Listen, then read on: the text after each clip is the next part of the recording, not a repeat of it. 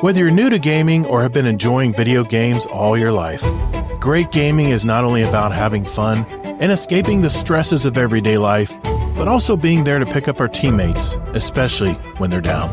Guardian down. We're a Destiny 2 podcast that focuses on three things: promoting a positive gaming community, sharing news around the industry in Destiny 2, and discussing thought-provoking topics in the game. We're Guardian Downcast. Your stories, your community, and your destiny.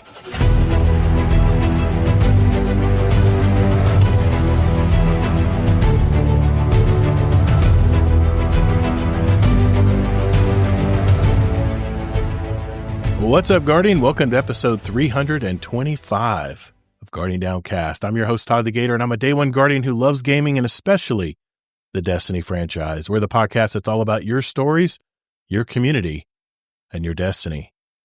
For those of you who may have just discovered our podcast, we're a weekly gaming show with an emphasis on the Destiny franchise, but we like to sprinkle in some other topics of discussion as well, including entertainment and things like that.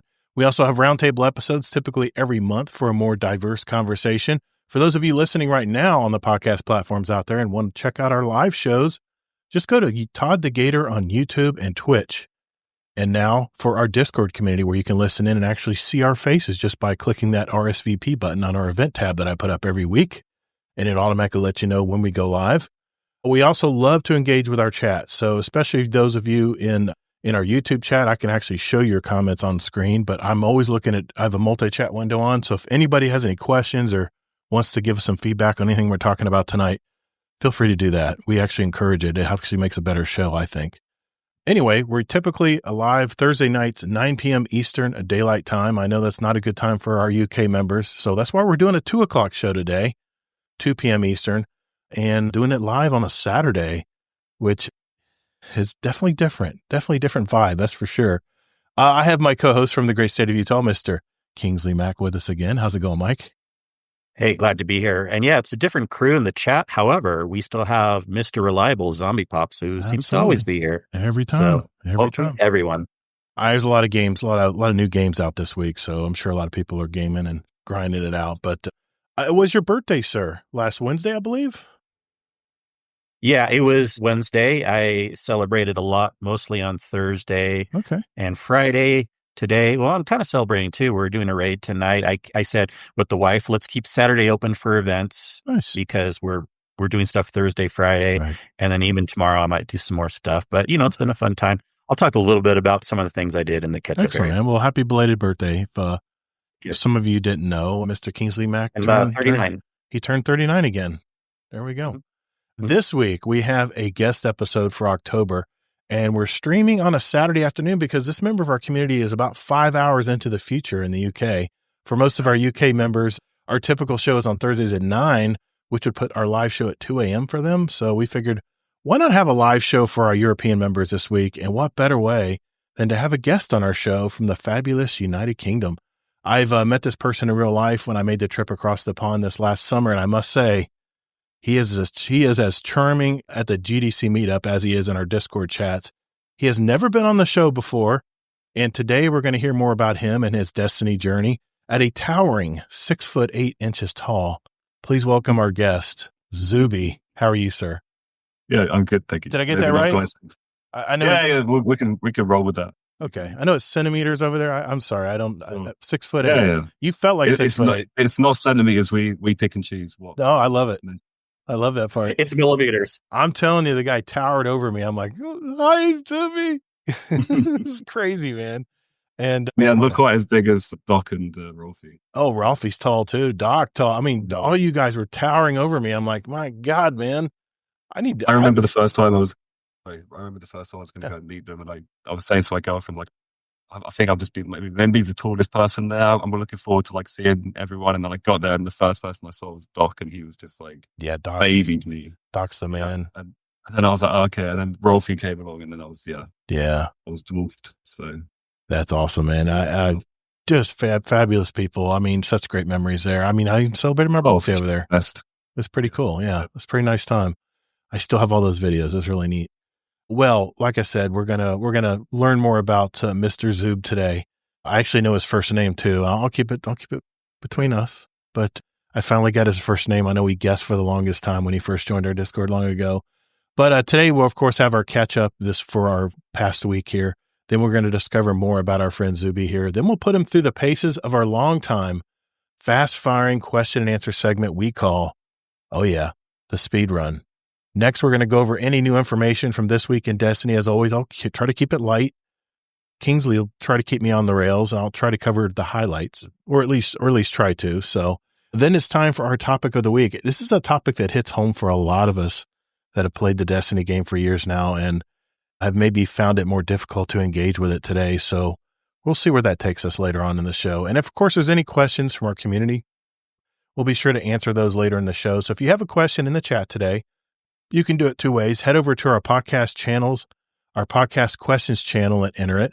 We'll be looking at that later on tonight, or today, I should say. And of course, you can ask us in the chat live, and we'll do our best to answer it, especially if it's on point on our topic, what we're talking about. So, like I said, we have our question of the week, which ties in nicely with our topic of the week, and I'll try to zero back around when we talk about that as well. So we got a lot to talk about today. So if everyone's ready, let's roll. Hey, thanks for listening to Guardian Downcast. There are several ways you can contact us. First, you can find us on X at Guardian Downcast. Or you can find us on our Instagram at Guardian Downcast and see what pics and reels Todd the Gator and his podcast guests want to share with you guys. We have a brand new website too. Just visit guardiandowncast.com, where you can find all of our contact info, leave us a voicemail, give our show a rating or review, search for any past episodes, or even give back to our community. Also, don't forget to sign up for future updates to the show, where we'll also have random drawings throughout the year, and you may win a gift card or even some GDC merch. And finally, you can send us an email at guardiandowncast@gmail.com. Our community thrives on interaction, so get involved and check us out. Well, before we get into the interview tonight, just want to catch up. Xoob, I want to catch up with you first, man. Since I saw you back in June, what have you been up to, man? What have you been doing with your life? What's going on over there in the UK? Not too much. The weather's changing now, so we're now facing the cold front, slowly moving in. But yeah, I've just been working really. I had my ups and downs like anyone, but overall, doing pretty well. Pretty well, thank you. How have you been? Oh, I've been doing great, man. I did not want to come home. The weather was fantastic there. The whole week I was there. So I've been London before, and it's like, it's just off and on rain usually through the day. It's like sunshine and then rain. It's very much Florida-like. And the whole time I was there, I think it was in the 70s, super dry, not a cloud in the sky, never rained, never even got a drizzle, I don't think, when I was there.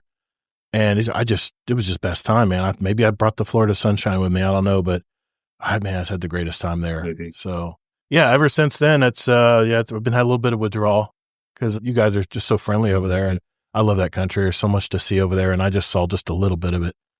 But we actually went to the Midlands this time instead of, the London, Heathrow area. But I had a great time. It was a lot of fun. Anything going on in your life new since we talked last? So actually last week, my older brother, he got married, and I was the best man with my younger brother. That was that was a picture I put into the nice. But yeah, that was really cool. Okay. It was quite nerve-wracking. I think it kind of set me up for today, really, because I had to obviously do a speech in front of a lot of people, and that was okay.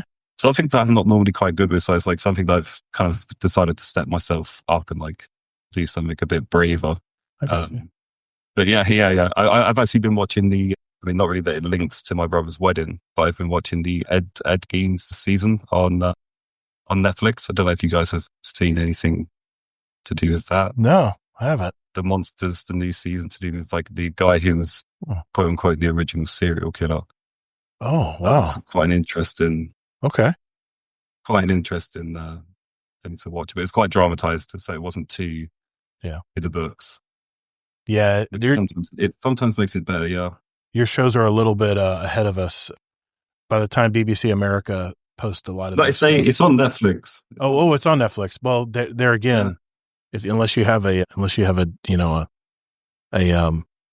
what's it called, Kingsley? Where you can go in other countries with. I mean, there's country codes. Is Netflix the same worldwide? Yeah, I don't think it's the same as UK. I don't think it's the same. Oh, it's not? I don't think so. You get different shows in different Netflix regions? Yes, I think so. Yeah, there is. Yeah, definitely. Oh, okay, I did not know that. In fact, I just found out that the UK version of The Traitors is already out with the second season. I'm like, man, what the hell? Or is it third season? I went back and watched all of them. Actually, I thought the English version was much better than the American version, because the American version, you know what the difference is on Traitors or reality TV shows? I don't know what it is with Americans, but we have to get a recap every time they come back from a commercial break. They got to like rewind like 60 seconds of what we just watched. In the UK, it's like snap, and then you're back. It's none of this. Oh yeah, by the way, this is what happened while you left. Man, I hope my attention span is not that short. But that's the one thing I love about UK TV is it just goes right to commercial, and then bam, you're right back. It's none of this recap every time. I mean, they waste so much time on just recaps on these reality shows. But anyway. And they can go to commercial sooner. That's how it works. Oh my God. Yeah. So, but anything else? Anything else been going on in your life? Do you want to mention? We'll get, of course, into the interview, but just since we saw you last. No, not really. Okay. All right. Well, Kingsley, I know you got a lot to talk about, man. First, start out by telling me, did you see Tron Ares? Oh, you're picking the order, huh?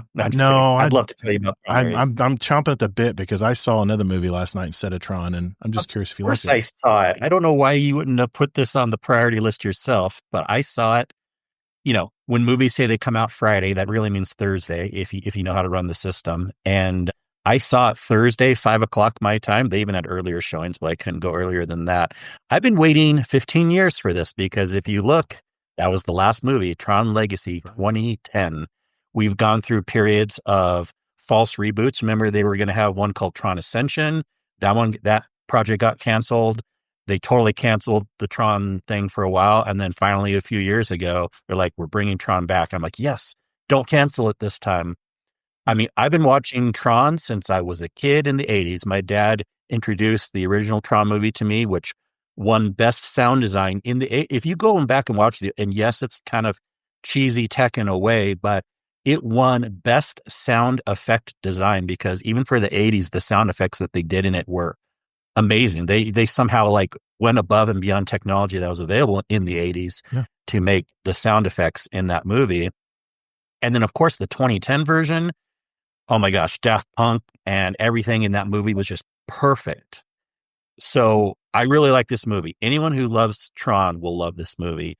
Where I gave the last one a 9, I would give this one an 8.5, just slightly lower, but it's an excellent movie. Okay. I recommend everyone see it. I would have just loved a little more, and this isn't going to spoil anything, a little more battle scenes within the computer animation side, but this movie is different. It's more the real world side.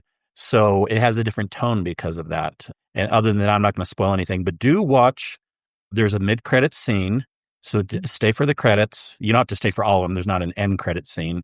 And it sets up that looks like we're going to have even more Tron movies to come. So I'm super excited. You know, it's funny. I was just, go ahead, Zub. What are you going to say? Is that with Jared Leto? Yeah. Yes. Yeah. How was Leto? Did he do well? He's fine. Yeah. Actually, I think other people outshine him, but he's really good in the movie. He had quite a few films where he was, not given the best review. Yeah. Yeah. So don't worry about that. I don't think it's bad, but I prefer other characters in the movie anyways, actually. And I think the cast in general, everyone did a pretty good job. I can't think of any actor or actress that was like, why did they have them in there? They have a wide range of people. I mean, Hassan, they have Gillian Anderson. They have just all sorts of people in this movie. So really, really good job with the casting. But yeah, Jared Leto, whatever. Like he was fine enough, but no one was bad in the movie. And again, solid 8.5, 8.75. I just have to rank it a little bit lower than the last one, but excellent. Anyone who likes Tron will like this movie. I was listening to an interview from Jared Leto about this movie, and he said 9 years ago they asked him to be on, I guess, another version that got canceled. Like you mentioned, he wasn't really interested in that. But I said, if you come, there's this one character named Ares that I really love in the stories. I says, if you really if you want to make a movie like that, give me a call back. Well, this movie, I guess, has been 9 years in the making, And Jared Leto actually is in the production end of this as well. So, yeah, that's pretty cool. Yeah, and also, guess who's a producer, which makes sense. I mean, producer can be such a vague term these days. Sure. There's hundreds of producers, and then, of course, there's an executive producer. But Trent Reznor is actually producer, too, not just because of the music, but because of, as we know, and I was really worried, not really worried, but like, okay, we don't have Daft Punk this time. Like, oh, Nine Inch Nails is going to be able to do the same type of music, but they pretty much nailed it. They did excellent job of keeping the same tone of that very Tron electronica style that comes from the last movie. And Trent Reznor, Nine Inch Nails did an excellent job. Yeah, I was going to ask you about the soundtrack because I heard it's really good throughout. Yeah. What else you been up to, man? Yeah, so saw that, and then just a quicker thing, and then I'll tell 2 other things that I've acquired lately from consumerism. But been enjoying Ghost of Yotei.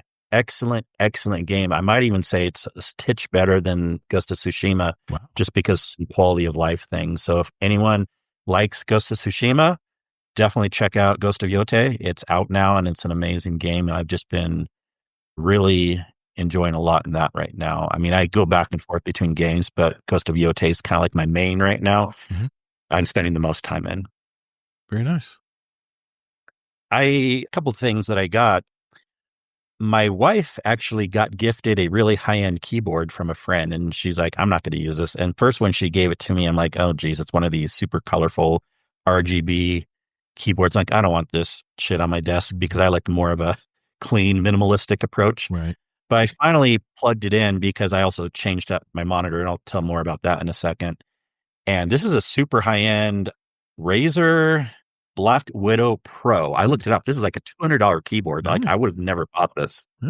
This thing is freaking amazing. I can see why good keyboards make a difference, people. I'm glad I didn't have to buy it. Yeah. But the clickety-clack of the actual keys, the feel is amazing. All the features on this is amazing. It's nice to have a volume control again on a keyboard. I mean, on my computer wasn't a big deal going over here and doing some things, but everything about this keyboard is amazing. So whatever. Glad I have it. Yeah, the good ones feel so good. They feel so soft. Yeah, but the main thing is I got a new monitor. I've been waiting a while to get a 4K monitor because I didn't really need it. Because again, for people that aren't aware, if you don't have 4K yet, a lot of PC gamers have switched to 1440 because a couple of reasons. Well, 3 reasons in the past. Video cards are very hard to push 4K for most games.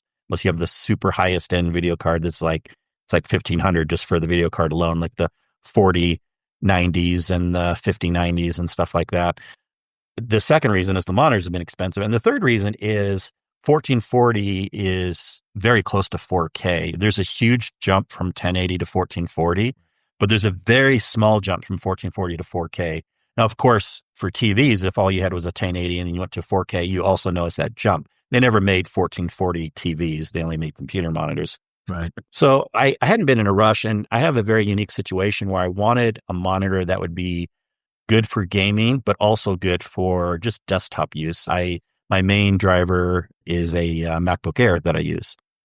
And so when you kind of combine those two, they have some competing goals. You know, gaming monitors, it's more about the refresh rate and the graphics and things like that, the input lag. But then for desktop, it's more about the resolution and the connections. So with the Macs, it's really good to have the USB-C connections and stuff. Well, I finally found this new monitor that came out. This monitor is a June 2025 release by Dell. And I was waiting for it to go down in price. And it has a USB-C connection for my Mac. And then it has 2 HDMI, so I can plug in my PC and plug in my PlayStation. And it has virtual KVM switching too, so I can use one keyboard and mouse between all things. Oh, nice. And of course, controllers still work too. You know, and it's 4K 120 hertz, as you know, Todd, and a lot of people know. If you bought a 120 hertz 4K monitor a couple years ago, you're paying like 800 to 1,000, something kind of right around that price. But this is $280. Wow. For a 4K 120 hertz monitor. I was waiting because I didn't want to go to 4K until I could get 120 hertz because I'm not going to live with 60 hertz anymore. Once you get used to 120 hertz, you don't go back. Yeah. So all the things just magically, and it was during the Amazon Prime Day. Yeah. Outside of Prime Day, it was closer to like 380. So it was basically 100 off. So I able to buy a monitor that I like. Anyone who cares, it's the Dell S27 25QC. 27 means 27 inch, 25 means the year 25, and then the QC. So I think it's a pretty cool monitor. Not the best out there in one particular thing, but it kind of merges all my needs together into a great monitor. Very good, man. Been having fun with that. Yeah. Hello, Mr. Sorry, I might catch up with a little bit longer this week. No, I love it, man. No, I love it because, I mean, it's always so short. By the time I get into my dissertation, people are like, geez, is he going to let Kingsley talk this week? I'm a little bit hungover. I'm going to be honest. I'm a little hungover. I went to Jaleo last night. It's the Jose Andres restaurant in Disney Springs. It's a tapas restaurant. I mean, it's like a bunch of small plates of all kinds of Spanish delicacy snacks and stuff. I may have overeaten a little bit. I was up last night. I was like, whoo, that chorizo was a little spicy, but yeah, I had a really nice quality picture of sangria, and it was so easy to just drink that stuff up. And then I went to the movie theater afterwards, and I was buzzed, and I'm glad I was able to walk around a little bit before I got in the theater. But I'm looking forward to Battlefield 6. I know that just released this weekend. I know some of our members are jumping into that right now, in fact, and I haven't bought it yet. I'm really been burned by DICE in the past. I really want to make sure the community at whole is liking it, not having any hiccups or too many bugs. I know it's going to have some bugs, but you buy other games you don't play, you might as well just buy it. I know. I'm going to buy it. I'm going to buy it. I got so burned. I mean, I made a whole podcast about Battlefield on 2042. That's how badly I got burned on this last game. So I'm going to wait and see what Skill Up thinks about it and all that. And he did already talk about it. I just haven't seen the video yet. I did play the new exotic mission, Heliostat. I actually live streamed on Wednesday night. I was doing it solo on all three of my clan accounts. What did you think of it, Mike? You've run it, of course. What do you think? Oh, yeah. Well, if we're going to talk about it now, I'm fine talking about it now. Well, I mean, yeah. Yeah, no, this is a good time to talk about it. Well, of course, and my opinion isn't the only one this way. It's kind of sad. It's kind of short and underwhelming. I would say one of the bottom 3 exotic missions of all time. I mean, it was fun. It was fun traversing the areas and stuff. But yeah, I was kind of surprised when it was over. I was like, wow, okay, that's it. Okay, you get the apps. It really kind of shows that they just don't have a lot of development time for new content these days. Yeah, does that reflect on the current situation? Yeah, exactly. Yeah, exactly. Yeah. Did you get a plan to play it, Xoobie? I haven't, no. No, okay. Okay. It's been a while since. I mean, it's not Destiny. It's not buggy as far as I can tell, and the atmosphere is pleasant enough. But they also reused some sound from other things. The boss is a reused asset from a Curse of Osiris strike.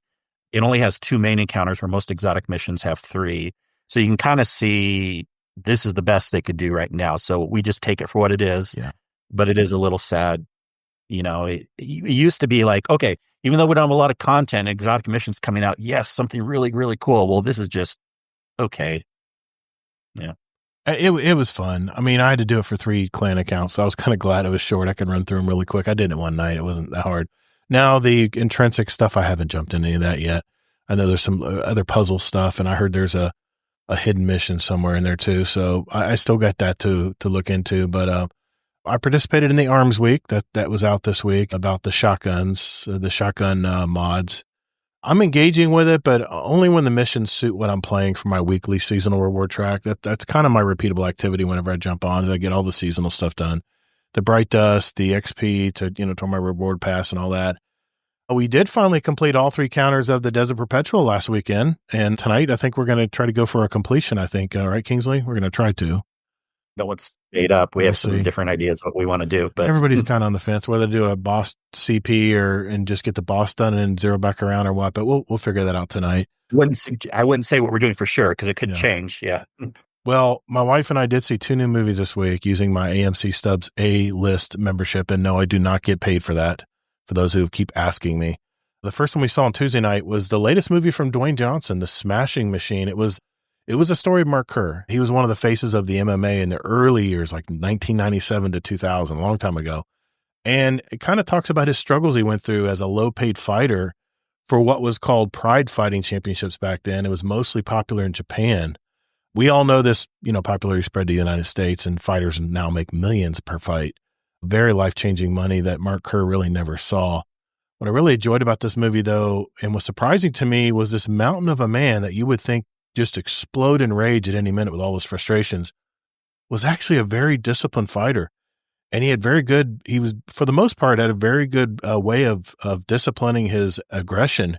He did have some setbacks. He had some pain medication addiction, and he had a torrential relationship with his wife, or girlfriend at the time, who became his wife, played by Emily Blunt. But with all that, he was just such a mild-mannered guy. And they show him in real life getting groceries at the grocery store, of all things, which I thought was kind of a nice twist, that they're kind of catching up with him. He's not dead. I know he got beat to hell in the early days, but he's still out there living his life. Rotten Tomatoes had this at 72% certified fresh. Audience agreed at 76%. The best way I can explain this movie is this way. If you are a fan of MMA and you understand its culture, then you'll love this movie. If you're more outside of this stuff, then it won't land as well for you. And since I'm a fan of MMA, my opinion will be maybe a bit biased here, but as for the story of a man who's dealing with his struggles, I still think you'll like it. I give it 3.5 stars, a solid good movie. Now, the second movie I saw last night, half drunk, is The Roof Man, starring Channing Tatum. This is about a real-life story of a serial thief who robs 24 McDonald's restaurants by tearing open a hole in the roof, falling down in the roof in the early morning hours, and robbing the employees when they walk in. And he would put them in the freezers. He make sure they wore a jacket and stuff. He was like real considerate thief. But he spent 45 years in prison when he finally got caught. But he did escape. And when he escaped, he started having attachments with a lady in a church. And I won't go into too much details. I don't want to steal a story, but you kind of feel really sad for this guy. But he did rob 24 McDonald's. He burned a dentist office to the ground. He stole a gun from a pawn shop and destroyed the front of it. So nice guy or not, you kind of see he had it coming. I give this one 3 stars. For me, I mean, it was a good movie. I don't think I'll remember this one from years from now, but I thought it was an entertaining movie for a Friday night flick, So 3 stars, just a solid, okay movie. Next week, like I said, I'm really looking forward to watching Tron Ares. I'll be watching that, I think, Tuesday night. But other than that, that's kind of all I need to talk about tonight. I mean, we got a lot to get into here. So if everyone's ready, we're going to talk more about Mr. Xoobie here. Hey, just a quick reminder that we have several Destiny 2 clans, and we invite all of you to be a part of it. If you're looking for a home to share your Destiny experiences, now'd be a great time to jump in and get to know some of these great gamers. We're here for the community and friends you make along the way, and no hardcore restrictions. And enjoy what time you have for Destiny is all we ask. So if you're looking for a clan out there, join our Discord. That's discord.gg/GuardianDownCast, and just reach out to a mod and we'll open the door for you. So join us, and later, Guardian. All right, let's get to know Mr. Xoobie here. Xoob, first of all, where's this podcast find you, man? Well, so I was actually, with my job, I travel quite a lot. I do a lot of driving up and down the country, and to different countries as well. So I was just looking for something to listen to. I found a couple podcasts here and there. This was a while back, I believe 2021 or something like that. Okay. 22. And I was just listening for a while, and then I finally built up the courage to message into the group chat, and it kind of grew from there. Just message into the Discord. Sorry, yeah, it just grew from there. And you're from London, if I'm correct? I'm from East London. East London, okay. I'm in East London, yeah. But I live in a village in Bedfordshire now. Okay, Bedfordshire. Okay, nice. Yeah, which is just a little bit further north of London. And speaking of traveling a lot, what do you do for a living, sir? So I'm a product designer for a paint protection film company. Wow. So I make patterns basically of cars. Oh, that's clear plastic film. That's right. Yeah, and if it takes any damage, like stone chips or scratches, people can. It basically just heals itself. I've even seen cases where people have actually hit the car into like plant pots and stuff like that, and take the film off, and it's completely fine underneath. That's cool, man. That sounds like a fun job to me.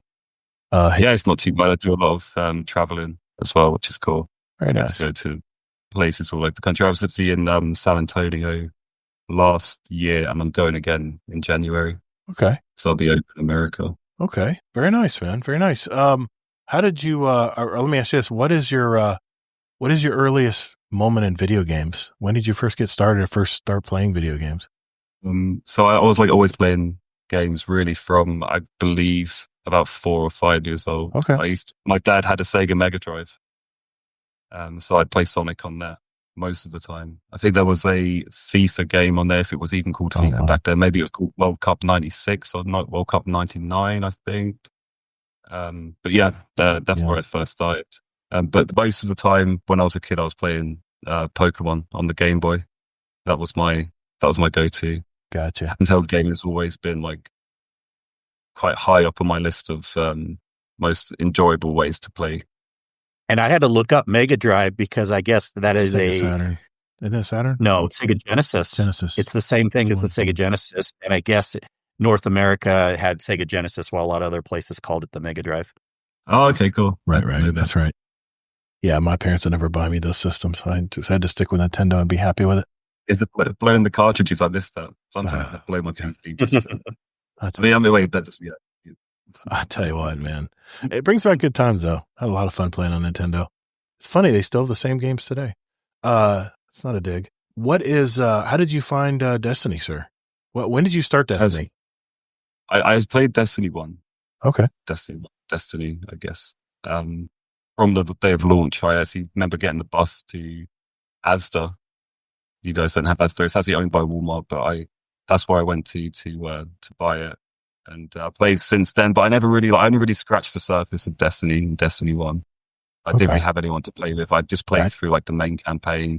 And as a kid, I'd always be like swapping between games. So with Destiny 2, I never actually went back to it instantly. It wasn't until the game went free to play in the first time it went free to play, like originally not right. I believe it was just before that. But it wasn't until 2023, I actually had to look up today, that I actually started playing Destiny the way I suppose most people say that you should play it, in terms of like fire teams, playing with people, actually like doing raids, dungeons, like the end game content really. Thankfully, it was Hayoko who kind of brought me through and integrated me with everything, which was really cool. I got you. Yeah, Hades is telling you he's trying to bully you into getting a motorbike. I saw his new one over there when I was there. It's a nice little black bike. I think he's got a Suzuki, I think it was. Is there a memory that kind of brings a smile to your face from the old Destiny days? Yeah, in terms of Destiny, the old games, I just remember because I always enjoyed playing games with people. Like whenever I was a boy, obviously a boy. I was a brother of two other kids, so we'd always share everything. Like we'd have one PlayStation, one Xbox every time as we was growing up, until we was obviously old enough to kind of like buy our own things. We'd always share what we had. So we'd have to take it in turns. And I think that's why I really enjoy watching Twitch. I really enjoy YouTube because I used to enjoy more just sitting back and watching my brothers go ahead and do whatever they wanted to do. In terms of Destiny itself, I think I was more of the game hog. But in terms of gaming in general, if you guys ever heard of a game called Mark Echo's Getting Up? No, it's a spray paint game. Oh, okay. You play as a character and you like go through, I believe, New York City. That's pretty cool. I remember as a kid, I used to, my parents would put me to bed. My older brother would be in the room next door. So as soon as I heard them go down the stairs, I would sneak in and go watch my brother play that game for hours upon end. And I mean, doesn't seem that exciting now, but it's like, those are the type of things you don't really appreciate. Like when you're a kid, but now you're an adult, you wish you could just like do those things again, where you could just go back and like those type of memories don't come around too often, do they? I got you, man. What character do you like in the game most in Destiny? I guess we're talking NPCs here. I'd say Varix. Really? Okay. Yeah, I think it's pretty cool. It's always interesting when these voice lines come up. I unfortunately, I'm a serial cutscene skipper.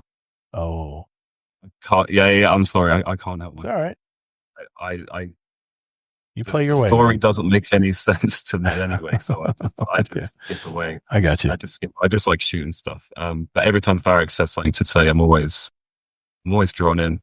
because I think he just plays the role like both between hero and villain. Like he's on like cusp that gives him a little bit more depth and a bit more interest. But yeah. Are you a solo player, or do you prefer to play with a fire team? Always fighting. Yeah, I can't remember the last time I played Destiny solo. I would I always would have other people just have the conversations, and most of the time just so I can jump in someone's backpack and be nice and cozy and just enjoy the game for not what it is, just shoot stuff and. I hear you, man. I hear you. You talked about how you found our community. Do you do bounties? I do not. I figured if you're a scene skipper, then you're probably not going to mess with bounties. I figured. So, are you a Titan hunter or Warlock main? Titan, and that's the only character. That makes sense. I know that's a lie. See, I have two Titans. Oh God. Okay. So yeah, I'm sure why you like that class is you like the tanky, punchy guy. Yeah, and I that's just the first character I made, and I never had a chance. Oh, okay. Make another character. I always feel like it's just going to take too long, and I'm sure it's not going to. Yeah, I know you may not be playing Destiny right now. A lot of people have taken a break from it, but what is the main activity you prefer to do when you do play? What's the preference would be a dungeon. Dungeons? Yeah, I love doing dungeons. Awesome. I prefer raids. I prefer raids. I like raids. Okay. I just find them like sometimes a bit too long. Yeah, dungeons are short. And span dungeon, you get in, get out, and I'd love a trip up the mountain. Yeah, having a triple fire team is much easier too than six. Sixers are definitely a lot more coordination. I get that. What is one weapon in your vault that you will refuse to delete, and why? Again, I think you'll like this one. So when I first came back to Destiny, the Hawk Moon was that season's weapon. Right. I'm not sure what season that was, but that's what it was. And that was like the main reason why I came back to Destiny, because I always... Oh, yeah. That could be many seasons. Yeah. Was it like a hand cannon? First season. First season? Yeah, the Hawk Moon was a hand cannon. Yeah, it was the first season the Hawk Moon came back. Oh, yeah. Okay. I got you. And yeah, so I've got the first hand cannon I got in Destiny 2, which is the one which doesn't even have a third perk. It just has a question mark telling you the next time you get one, you'll get a reroll. And I'm just never going to get rid of that one. It's completely pointless. There's no reason for it to be there whatsoever. It's like half my vault. You should see mine's. I'm almost full, and I've already had done like 700 hours. Oh my God, man. I hate throwing stuff away. I really don't. I'm realizing I threw a lot of my exotics away, and I'm having to reacquire them from my collections, but at least they're coming in at 200. But moly, man, still 9,000 unstable cores to power it up to current levels, man. It's just nuts. If Bungie assigned you a small but versatile little dev team that only would report to you, you told them where to go and what to do, what would you have them do right now in the game? We don't have to go too deep down that hole because that kind of ties into the topic. We've done a few events, especially in the pub as well, which is the UK side, well, not the UK side, UK break off of the Guardian Downcast. And what I really enjoyed doing was the races. So I think I would get like a little team together and would make like a matchmaking race. So you can log in with 6 friends, and you can either matchmake with random people or join make private matches as well. And you go through and everything's tracked. I think that'd be quite fun. Okay. You can do strikes, dungeon raids, like all of the things. I'd enjoy that. Yeah, that's pretty cool. I mean, that would be kind of neat, actually. You have a laundry list of things you got to do. You have 3 hours to do it, and you have 6 friends that join up and see who gets it done first. That would be see who's most efficient playing Destiny. That's for sure. Okay. A little bit of signature questions here. Do you have any hobbies outside of gaming that you enjoy? I'm a regular goer to the gym. Mm-hmm. Yeah, I know that. It's more just something that you. Yeah, I've seen you. I have to do at this point now. I've seen you in person. You definitely go to the gym. Yeah, your biceps are huge, man. Not that I was looking. I just noticed because you had a tight shirt on. But yeah, it was. Yeah, dude, you definitely go to the gym. I'm working on that part, trying to get my muscles back that I lost. But dude, what is up with that gamertag Xoobie? Where did that come from?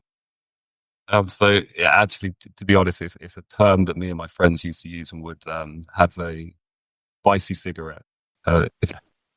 So, and so that's kind of like where that kind of came from. Xoobie. I like that. Play on words. Yeah, we'd always just kind of say it to each other. So yeah, it just kind of stuck from there. And it's fun to say, I guess, as well. Every shirt is I feel like I've heard that before, but it's an awesome. I love it with the X. Yeah. So hey, you're too much, man. Every shirt is a tight shirt on him. Yeah, I agree. Oh my God. Do you have a motto or a mantra that you live by in your life? So yeah, I actually always think about this question when you ask it to other guests. I guess I kind of do. I was brought up in a very religious household, so I guess like to kind of like treat everyone as you wish to be treated. Yeah, golden rule. That's kind of the best one to stick to, because everyone just deserves respect until they give you, I guess, a reason not to. Right. Okay. That's kind of the way I live. I'm a big karmic type of guy. At least that makes me think about things better than they can be. All right. Important question here, and I think you had an answer for. What's one thing about you that our community may not know about you? I think the actually genuine main thing that the guys, especially in the pub, don't know about me is how much they've actually genuinely really helped me, like, through like troubles in my life. I think in the past, like especially like a few months ago, I kind of hit a big dip, and I was very, very open with few people like in our Discord. I kind of just sent a message out because I was just in a moment of like just questioning a lot of things in my life, and the support that I got from them was actually genuinely insane. Like it actually really, really meant a lot for me. Not just like even just in the public chat, everyone kind of like just reassuring me, and then a bunch of guys messaged me like privately as well and checked up on me the next day, and I actually didn't realize like how much that actually genuinely helped me. And I'm actually just so grateful for all of them. And I just can't wait to see them because we're all meeting again in December. Yeah. And I just can't wait to give them all a big hug because genuinely, like, I still think about them, like all of them as like my closest friends. We talk to each other every day. And it genuinely just really, really helped. So thank you to all of them if they're listening. And if not, then. Yeah, Hades is sharing the love. Yeah.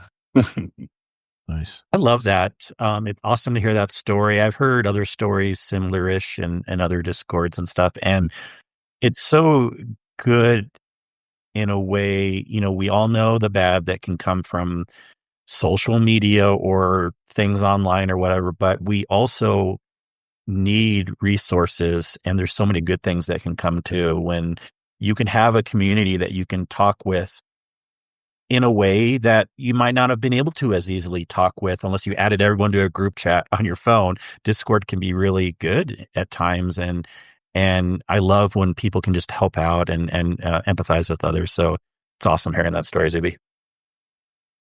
Well, thanks to them, honestly. It's funny. I've been doing a lot of, I wouldn't call it research, but I've been listening to a lot of content about how our younger adults now have such a harder time than we did. And it's usually opposite. Usually it's back in my day, we had to go uphill both ways in the snow. And now I tell you what, man, the way the economy is today, and I'm speaking generally here, just in the world, things are so much more different now than they used to be when me and Kingsley were growing up.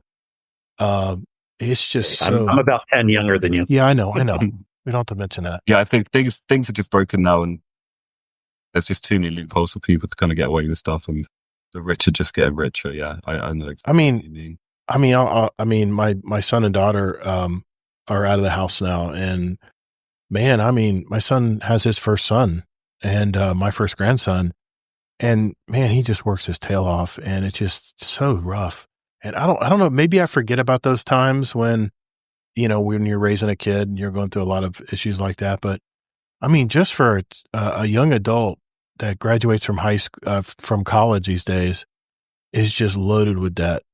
Is just hunkered down with debt. I mean, I'm talking probably a good over 50% of our students out there are just have so much student debt, including my doctor.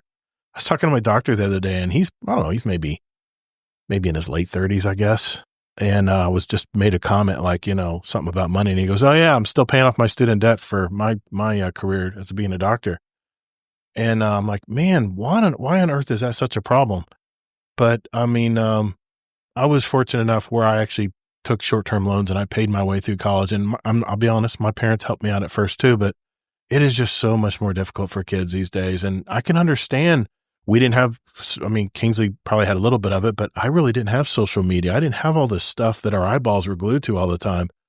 And there's just so much more pressure, so much more pressure on our young adults now. And I don't know how I can even help them because it's just, I can't relate to it. I can't relate to this kind of stuff, but it's just tough right now for our younger adults. The main thing I would say that I didn't really realize this until recently, that even though all the good that the information and support from others can bring, the biggest issue that I see now is decision paralysis. A lot of times people have, I don't want to say too much information because it's good to have information, but when you let it get to you where it's hard to support you in any meaningful way. I've heard of a lot of younger generation that doesn't really want to get involved in relationships because they want to talk about the possibilities, all 100 possibilities before they make a choice. I'm like, you don't really have to talk about it for 5 years of all the different possibilities. You can just start going down a road, Never know until you do it. Yeah, exactly. Yeah. Mm-hmm. Yeah. I mean, back then we didn't have Google. We if we wanted to learn something, we had only the rich families had the encyclopedias, We don't use Google anymore even. I know it's all Copilot and GTP. Yeah. It's all the AI bots. Full-on conversations daily. Just be careful though, because those AI bots sometimes make up data, and I realize that. I'll research some of my shows sometimes, and I'll say, what the heck? Let's type it into Copilot and see what it says, and then I'll double check it with Google or some other websites, and sometimes it believes its own stuff, man. I was just listening to a podcast about that this morning, but yeah, how AI will actually reinforce itself, because if it gives advice and someone publishes a video on that advice from the chatbot, the chatbot sees there's a lot of views on that video, it will actually reinforce its answer to go back to that answer because it got a lot of views in this video. It's really weird, man. We're in a weird time right now. I mean, it's surreal. It really is. Maybe Terminator was a documentary. I'm just kidding. Oh my God. I'm going off the deep end. All right, just stop, Tom. Really just stop. Okay. Well, before we go, we have one more thing to do, and I will let Shax say what that is. Call the Praxic Order, call the Thanatonauts, the Jinsen Scribes, call everyone so they can witness you. Well, this segment is called the Speed Run. This is where I've picked 25 questions from a pool of over 1,000 submitted by our community over all these years. These are just some quick, simple questions to get to know our guest at an even deeper level. No time limits, no contest, just quick questions and answers. So if you're ready, Xoobie, let's do this. Yeah, let's go. Number 1, morning person or night owl? Night owl. All right. Number 2, what was your first video game? Sonic. Oh, Sonic. Okay. Well, that makes sense with the Mega Drive. Number 3, what is your favorite Destiny exotic? It can be from either Destiny game. Hawkmoon. Hawkmoon. Okay. Number 4, who would voice your ghost? Everyone else seems to go Peter Dinklage, but I think I will go for.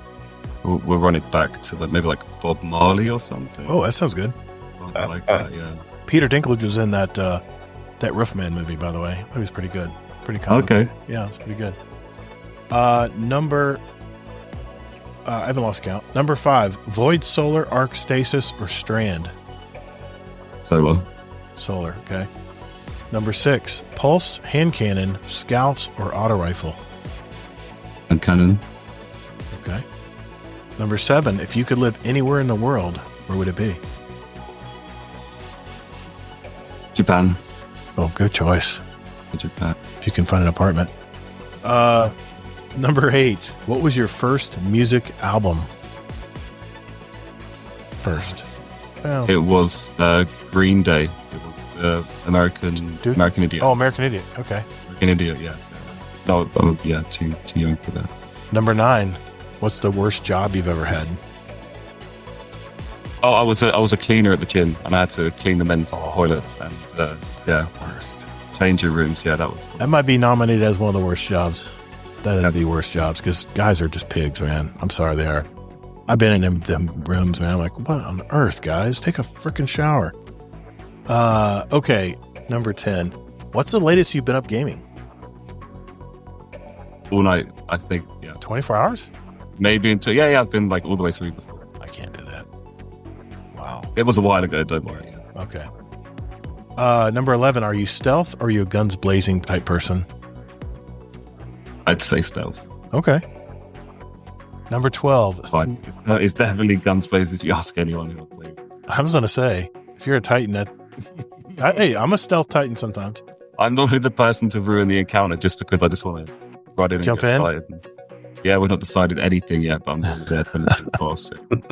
All right. Sweet or salty, and what is your favorite snack based on that answer? Yeah, definitely not sweet. I'm not a sweet person. Salty? If I was to go for a snack, yeah, salty. I mean, yeah. Or burrito. Okay. You've everything you need. Everything you need to just wrap it up. Burritos, man. I mean, it's 42 grams of protein in most burritos. It's not bad at all. A meal in a wrap, yeah. And it's... Oh, okay, I'm sorry. It's not my question. It's your question. Got you going. Number 13. Which famous celebrity would you want to punch in the face? And it could be a UK celebrity too. It doesn't have to be someone else. I don't practice violence. Sure. I can't get political, but probably maybe the UK problem. Okay, got you. All right. I think a lot of people want to do that.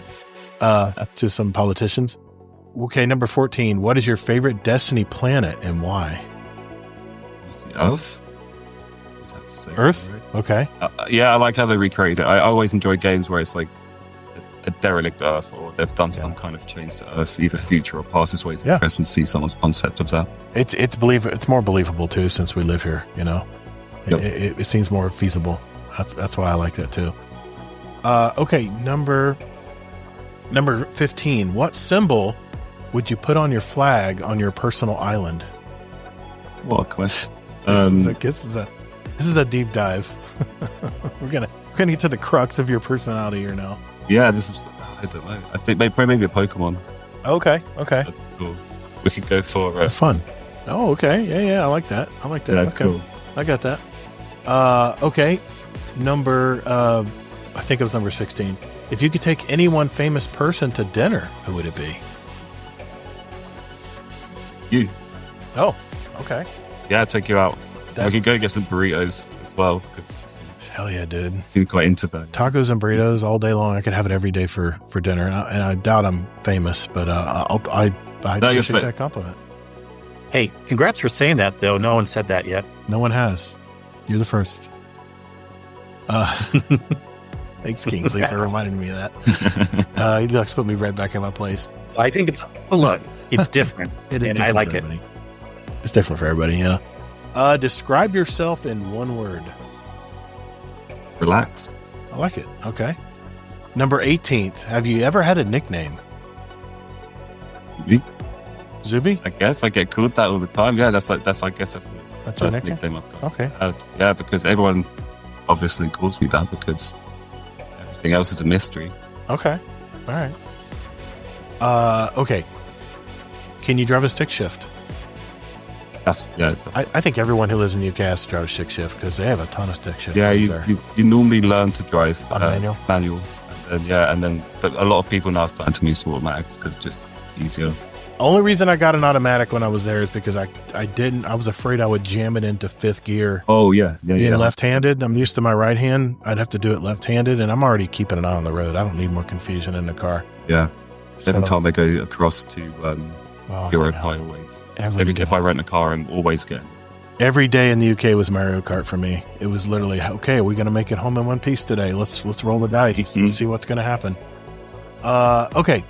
Favorite armor shader color? It doesn't have to be exact, but what colors do you like in shaders? I'll just always all black. Black? Yeah, super black. Gotcha. Always all black. Yeah, super black. What would be your spirit animal? What's that? I think a lizard. Lizard? Think of a lizard. Yeah. Okay. Yeah, I always felt strong connection to. As the geckos, even though it's not technically related, right? Maybe I'm wrong there, but yeah. Okay. Zoob wears pink a lot, or should. Hades says. Okay. I guess he's a plonker quite a bit. Okay. If you could listen to one song for the rest of your life, not continuously, but whenever you play music, this is the song that comes on. What's that going to be? Luther Vandross, Never Too Much. Wow. That's surprising. Yeah, that's great. Oh, okay. I just learned something today. All right. On a scale of 1 to 10, how cool are you? 3. Nah, let's say 4. I'll just give it a 4. Strong 4. All right. Higher. I think you need to go higher. Okay. Number 24. If you had more time, what would you do with it? As little as possible. Rest. Relax. Yeah, do nothing. Yeah. Hell yeah. That's what we're supposed to be here for. Yeah. That would be great. All right. The very last one. Name one thing that you would change about yourself if you had that decision you could do it. I would be a little bit better at Destiny. Maybe a lot better at Destiny, I think, if I could change that. Be a bit more helpful. Like, all right. In everything. Oh, you want to be a Sherpa? I got you. Oh, that would be cool. That would be nice, yeah. Well, Xoobie, you have now completed the speedrun. Thanks for playing along, man. Very well. Hey, all of you out there listening and watching, if you got a question for us out there that you think should be on our speedrun, let us hear it. Go to our 2026 speedrun channel and submit your question. And at the beginning of the 2026, we're going to have 2 drawings for a $25 Amazon gift card, thanks to our Patreon community. What do you have to lose? Let's hear it. 1 entry per member will go into the drawing, but you can give us as many as you like. We'll be glad to use them. So awesome. All right. That means it's time for This Week in Destiny. Hey, this is Mr. Monkey, not Killer Monkey, not Monocle Monkey, Mr. Monkey. Get your bounties done. You're listening to Guardian Downcast. All right, This Week in Destiny for October 9th, 2025. This Week in Destiny, we're delving into the bunker to unearth a long-forgotten Warmind facility. In other words, it's our latest exotic mission is now live, and we really hope you're enjoying your time using the very cool new axe to keep the conductor's forces at bay. And that we just talked about is called Heliostat. And the weapon is called Wolfsbane. It looks like I swear, man, it looks like it used to be an Iron Banner weapon of some sort, and they repurposed it for the seasonal exotic, but whatever. I tried using this. I thought it was pretty fun. You build up charges in it, and then you can actually throw a swirling solar tornado at enemies, and you can also get these nanites that stick to them, right? It's kind of cool. Kind of a neat exotic. I haven't really played a lot of it, but I did use it in some higher level stuff, and it does seem to destroy pretty quickly here. Okay, here's the news that probably everyone is probably glad they heard. Destiny 2 Renegade's Power Reset Update. In keeping with our commitment to hear and act on player feedback, we have some major changes to announce on how seasonal power will carry over at the beginning of Season 28, the launch of Destiny 2 Renegades. So, seasonal power will carry over from Season 27. Tooltips will be updated to reflect the removal of seasonal power reset. Unstable cores will carry over. I don't have many left right now, but okay, thanks for that, Bungie. Since this announcement, we've seen some general questions about the power cap and unstable core economy. We have no plans to raise the power cap at this time. It will remain at 550 through Renegades. Our next priority for unstable cores is to revisit the economy and address player feedback about this currency. We plan to have more details in a future TWID, so stay tuned. I told you when this season first came out that unstable cores was going to be the new currency that nobody can get enough of. And my biggest problem is it costs way too much to bring up some of your gear. It's like they don't want us to use our old gear. They just want us to keep going forward with the new gear because they make it so expensive.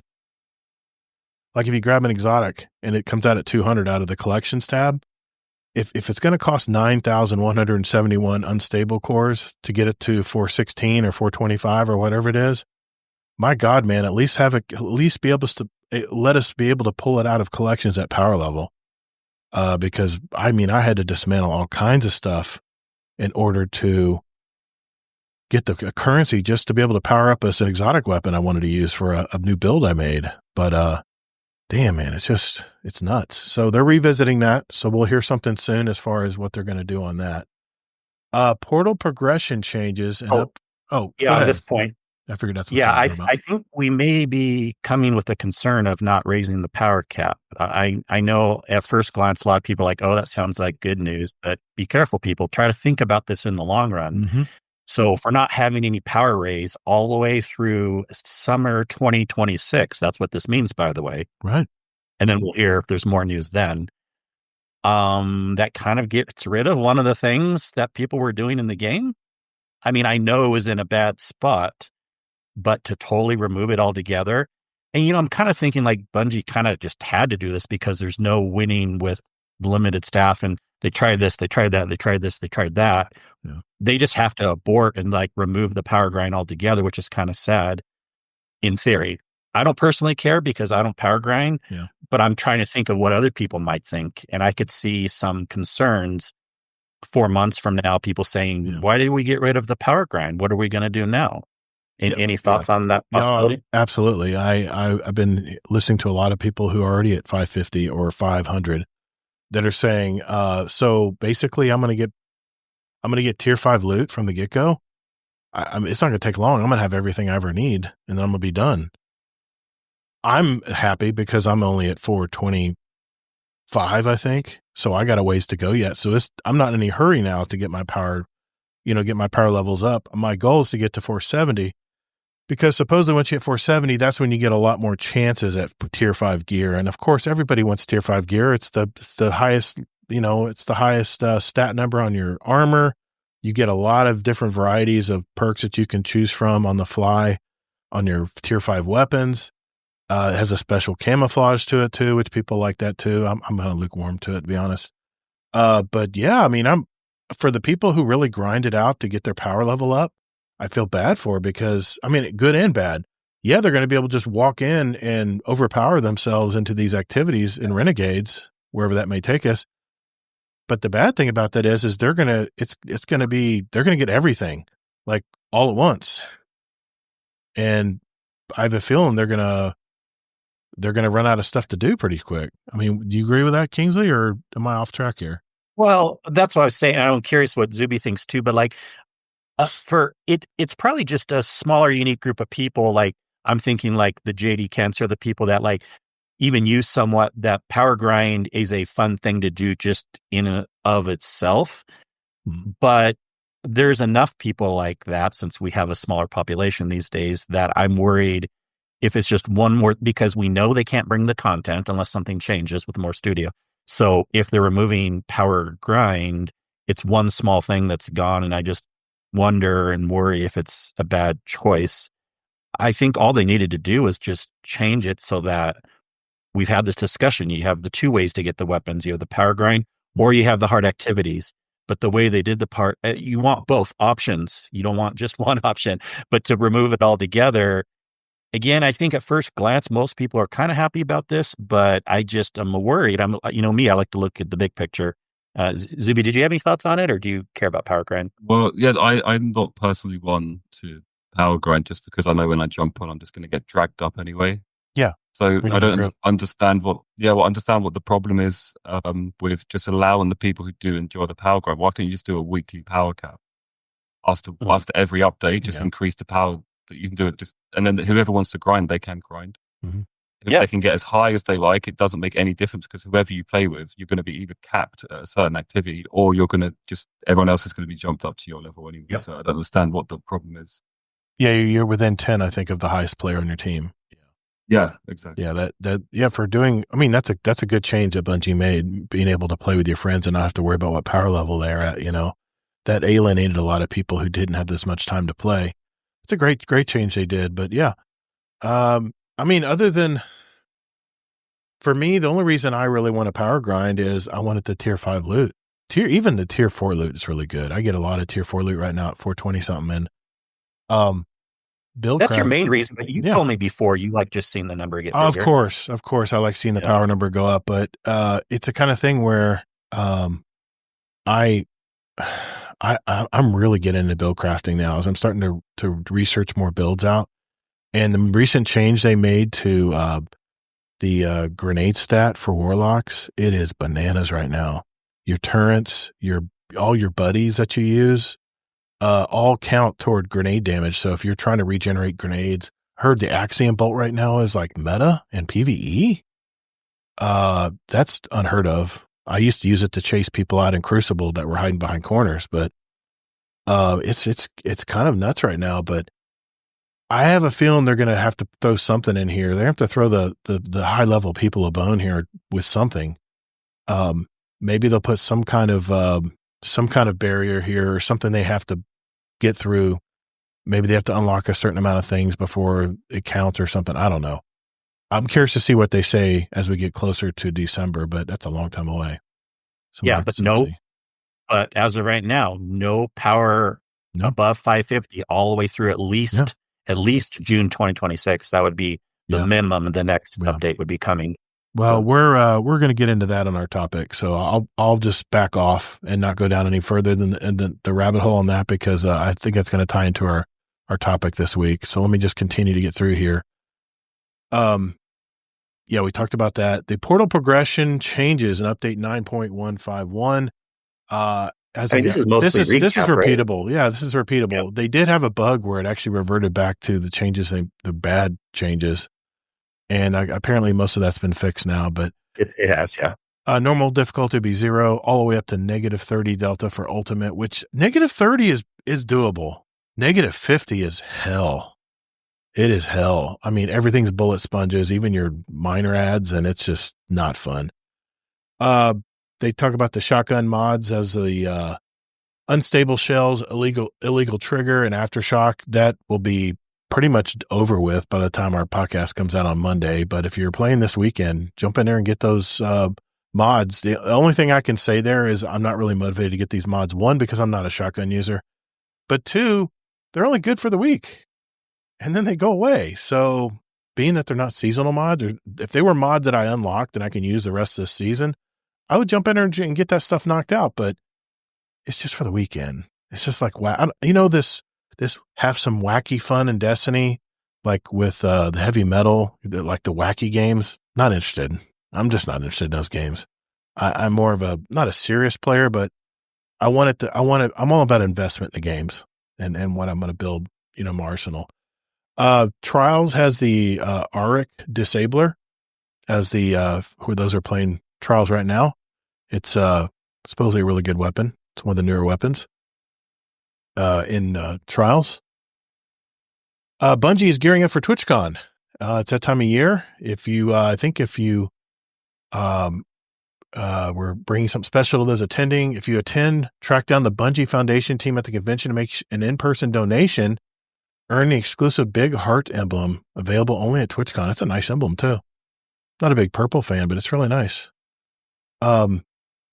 They have the new hoodie. If you get the axe, the new exotic weapon this week, you get access to buy the they call it the Wolf's Bane hoodie. And that's it. Player support report. Shit's basically broken. There's a lot of stuff that's You know what's really interesting? Perfect. What's that? Xoobie? But everything's perfect. Everything's optimal. Everything's perfect. It's running best than ever. Yeah. Well, sure. Here's the interesting thing. This is more a meta discussion about the TWID in general. Notice how they listed a lot more things in the known issue list this week. It doesn't mean that there wasn't always these issues, but usually they would just give a sampling. I feel like the TWIDs have been, I can't say it's happened enough to say it's a for sure pattern, but they've been getting a little bit shorter, and they've put a lot more repeating stuff in the TWID that they've already talked about from previous weeks.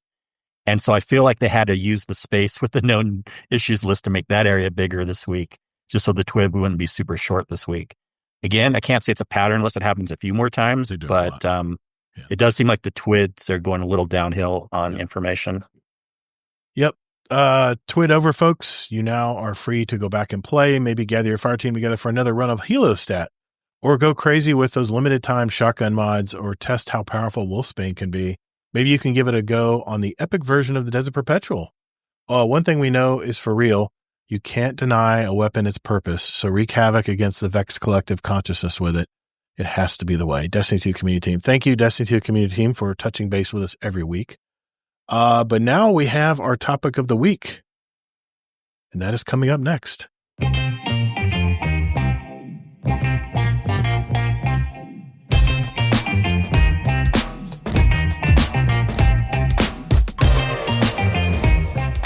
Hey Guardians, I'm currently freezing my butt off because Gator has the thermostat too low, but you're listening to Guardians Downcast.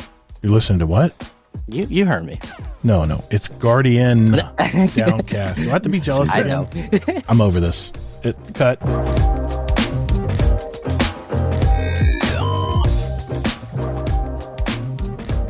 All right, for our topic of the week, Bungie's in panic mode right now. I mean, they may not seem like it is, but our player count's in the teens now. It's getting really down there, and they have to be at least thinking about what is going on here.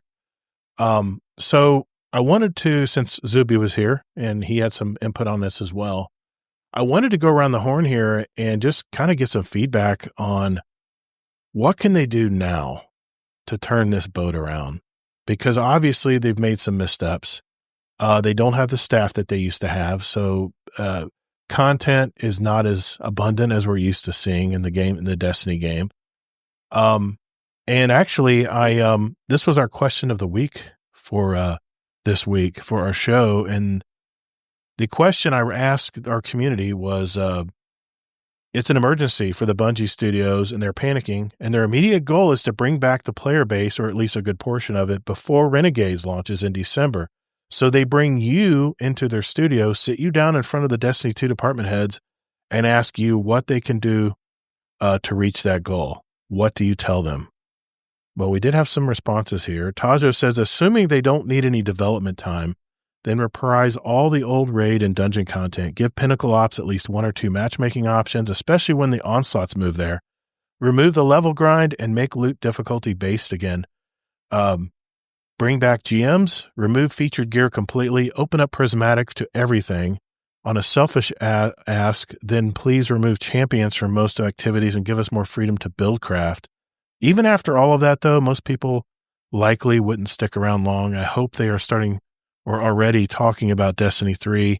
We just need a fresh start at this point. Destiny 2 has run its course and has overstayed its welcome. That was Tajo. Hammer Crasher always has insightful stuff here. He says, I have a two-pronged approach. Prong 1 is for general PvE. 2 is for PvP. Prong 1, I second what Tajo said above. Revert back to high stat armor from harder content, dungeons and raids. The higher tier loot should have never been tied to one's ability to spend a ton of time grinding for a number. I'm still at 315. To fix the number go up debacle, every activity should have a way to make number go up. Most everything in the world should maybe drop at +1, but I would install a random quote boss in each world, and that would appear in random places at random times. That would drop a single +5. We will keep the portal in the game for those who like to not put all our eggs in one basket. Second prong, PvP, I would get an actual anti-cheat. Whatever Bungie has now obviously doesn't work. I don't see it on console, but I hear that it's a problem. Get that all under control. I would make more maps using assets already in the game. And if it's not too much for the studio, I would make a Forge mode and open up map making to the community. I haven't played any other PvP game that is as fun as Destiny, and it seems like they're dropping the ball the big time by not giving it new stuff. I would make new game modes. Not sure what they would be, but my suggestion box will be wide open for to what people that play. Mick Maximo, always short and to the point. 3 simple words: hire more people. Zombie Pops, integrate Destiny 1 and 2, bringing back all the content, storyline, and all. That was a new player experience for most people that are still playing currently. Old raids, including the Leviathan in themselves, would bring some people back. I know it's a pipe dream, but that's what I would do. And then finally, Barrel Barley 406 says, maybe this isn't a popular opinion. Not sure there is much they can do right now with the staff they have before December. I've thought for a while about this, that after Renegades, Bungie needs to just say, thanks everyone, we're going to radio silence. We will keep a small team for Destiny 2 maintenance, but no new updates to the game. Hire a ton of more staff and then throw everything they have at a D3 and shot for like 2027 announcement with a release date to follow. All right, there's some feedback from our community. Very good feedback, by the way. So I'll go to you guys. Kingsley, I think you're pretty much set in what you want to say here. So sure, I'll go because mine won't be very long. I love people's comments, by the way, yes, in this thread. Most of them matched up with what I think. But first of all, I do want to back up. No offense, but I think the question's a little silly. There's nothing that can be done to bring people back. It was a before Renegade. hypothetical. That's it was a hypothetical. Possible. Yeah. Yeah. So I was asking you about this behind the scenes, right? And you're like, okay, you can give a magical answer. So here's my magical answer. Oh, by the way, but as far as the people that wrote stuff, I vibe with what McMaximo said, because even though it's not a fun answer, it's probably the second best thing to do in the meantime. Right. But what they could do to bring people back before Renegades, well, they release Destiny 3 tomorrow. Okay.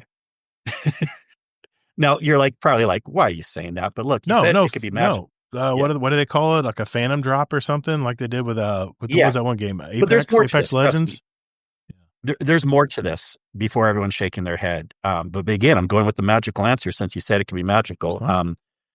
They drop Destiny 3 tomorrow, but then they don't also kill Destiny 2. What they're doing is the Destiny 3 is like an exciting thing. And they're like, oh, by the way, when Renegades is here, we're starting some big expansion in Destiny 2 also. So Destiny 3 is the new game, and I mean new. There's nothing repetitive in the game, okay?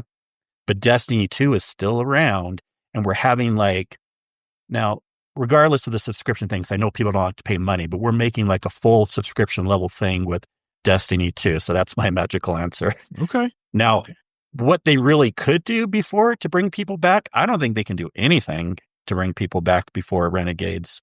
I mean, sure, if the Halloween events or something's good, we'll see a little bump in the numbers for a couple weeks, but bringing people back before Renegades seems impossible to me. So, and not to mention, there's a lot of new games to play right now that are going to pull a lot of people's attention. Now, Renegades itself will bring some people back.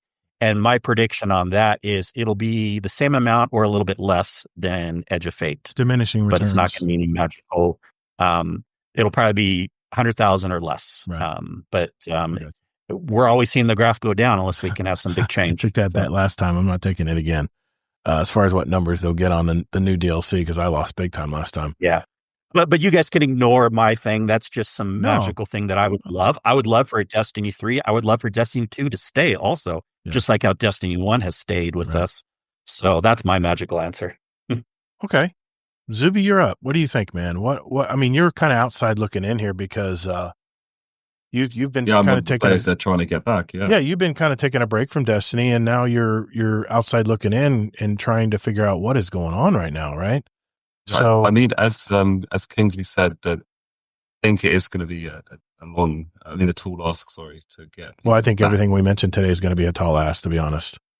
But I think in terms of to explain how I kind of got to the root of my answer, I think I can explain to you kind of thoughts that I had. I mean, in terms of Destiny 2, and now, unfortunately, nowadays, every company that you kind of look at that is now big, this, bringing in millions and millions of pounds or dollars a year. Mm-hmm. It's just how many people at Bungie, Sony are actually playing Destiny 2. And I don't mean in terms they don't play the game, they don't know how to fix it. It's just more a case of there's a big disconnect from the people who are making the decisions. Mm-hmm. They don't actually live in the world that they're shaping. They're completely disconnected from the passion that originally built from Bungie. There was obviously some passion behind. To create something, you need passion. But once to maintain something, once it's become popular, I don't think you need passion anymore. I think the leadership, obviously, they've stopped playing the game completely, which is understandable. That's a good point. Yep. So they're completely, they don't understand why people aren't playing the game. They just don't. Their concern is, the profits. Right. That's all they're worried about. And so I've done a little bit of research, and so an average Bungie dev makes around $160,000 a year, which is by no means a small salary, and maybe it is. Where are they based? I don't know how what the cost of living is. Their main area is Seattle, Washington. Now, that is still a pretty good salary for that area, but it's not like they're going to be super wealthy either. Yeah. But then you've got the executives who are not actually doing anything in terms of creating something for the players. They're just telling people what we need to do to boost profits. And they're making double, around $250K a year. And then we've got the top executive who got paid 600K plus whatever he got from dividends, share prices, everything like that. And then not even to mention the Sony CEO who was over 4 million, and that is just once again just salary, not bonuses, anything like that. So you can understand now, like just the way the world works. Like you're always struggling to feel motivated to do things when you're the one putting in so much effort to create something that people love. Yeah. And then the people who are just there pointing fingers. I'm sure they're doing stuff like people marketing. There's people in charge of finance. There's people doing things behind the scenes that obviously we don't see. But in terms of the player base and to get people back, you need to start paying more attention to the people who are creating something that will actually bring people in. So I think it's more of a problem. I think with play like that, it's like easy to naturally shift from like creating experiences that players are going to love that's actually going to bring people in just to hit a quarterly target. They have expectations. They have certain areas to hit. They have to sell a certain amount. They have to do this and that. It's not as simple as just let's get the players in. It's like, no, we need to make money. There needs to be money made from this. Right. Unfortunately, the people at the top are then becoming greedy, and their idea of what is a good income is vastly beyond what they actually need and beyond their means of living. So I think like obviously the creative vision is completely replaced by a business plan. There's no no mood board. What are we going to do next? It's like, what can we do now to improve this as a business? That's a good point. That's a good point. You mentioned that a lot of the people who originally made this game, Destiny 2, are gone.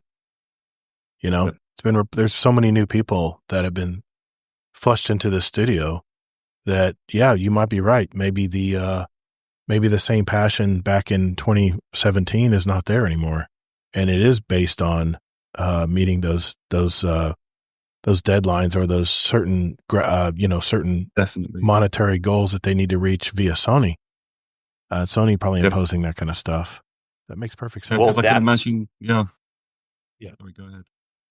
Oh, sorry, but I agree with what you're saying. We seem to at least have that definitive answer with Pete Parsons because, like him or hate him, but most people have an opinion on that. Yeah. It really does seem like they were just trying to sell the company to Sony, and they kind of bamboozled Sony for how much they sold it for. And then Pete Parsons was like, we got to keep something alive for now. And then he just pieces out like a few months ago. So like, obviously at least him was more just the money reasons. There wasn't a passion of a gamer. Well, we don't really know. That's the problem. Yeah, for sure. We could have I can imagine that every decision run through is like, will this boost the revenue? We don't know. We don't know 100%, Todd, but it's looking more like 70 to 90%. No, he was a meme for the longest time for the Destiny community. And maybe that was a point of negativity. Maybe Sony pushed him out. Maybe Sony pushed him out. I'm not defending the guy. Don't get me wrong. He was always the one. You don't know yet. We never know what really happened behind the scenes, but yeah, he sure did okay. He has a lot of money. He can go develop his own studio, make his own game if he wants. All that money he's gotten. So, yeah, that's a good point, Xoobie. It's a good point. Yeah, unfortunately, I just think the soul of the game's just been traded completely for shareholder satisfaction. Obviously, like you said a few times before, we need the investors to keep pouring money into the game so that they can keep paying everyone, so they can keep everything afloat, which is completely fair. But I think now, obviously, obviously, I know, Todd, you have your own business, but you go to work, if you're working for a big corporation, you go there every day, and unfortunately, a lot of people now, they're just waiting to go home. They're not looking to do anything. They call it quiet quitting here in the US. Yeah, they can't. Yeah, they can't really do anything to make a difference, and they can't put their own stamp on anything. And I imagine as a game developer growing up, you're thinking, I'm going to be doing this, and this. And when someone sat there and said, no, this is exactly what you've got to do right now, I think you might have a big trouble with that. I think there's a lot of developers in the Bungie studio that still love to play this game and are still enthusiastic about it, but it may not be the people that make the decisions in the game. I'm speculating here. I'm not saying that is the case, but no, that's totally. We have heard developers love it, and we have heard and this isn't just Bungie. A lot of companies, management's causing issues, and that's why I think management's only choice, they feel like, is to string along Destiny 2 and keep trying new things, and something will solve it. But sometimes what happens then, instead of like, of course they don't want to take a break and make a Destiny 3 because then there's nothing going on in the meantime. Maybe that'll happen if Marathon does well. But the only other option, though, because we're already on the trajectory, is, okay, they don't want to make Destiny 3, but then the numbers get smaller and smaller, and then it just dies in a year or so anyways. And then like, well, was that any better? No. So then they're like, oh shit, now we have to get, if Sony allows it, get some more money in the system so we can have something better. Yeah, I think the only way to fix these now is like, you have to kind of tie executive bonuses and the upper management. You have to tie their bonuses to player satisfaction. If that's do everything through profit, then that's kind of what becomes an issue. Obviously, I understand then the argument I'm making about the corporations making big money off of this. Obviously, then I understand if they're not getting a bonus due to how much money they're making salary, Sony can then kind of bleed a bit more money into them, which I do understand would be a problem. Yeah. But I think at least the executives should be playing their own games. And they should be enjoying their own games. It should be something that they almost like live and breathe. They go home at night, they do a raid, they're enjoying it. They think, oh, and that's how you come up with new ideas.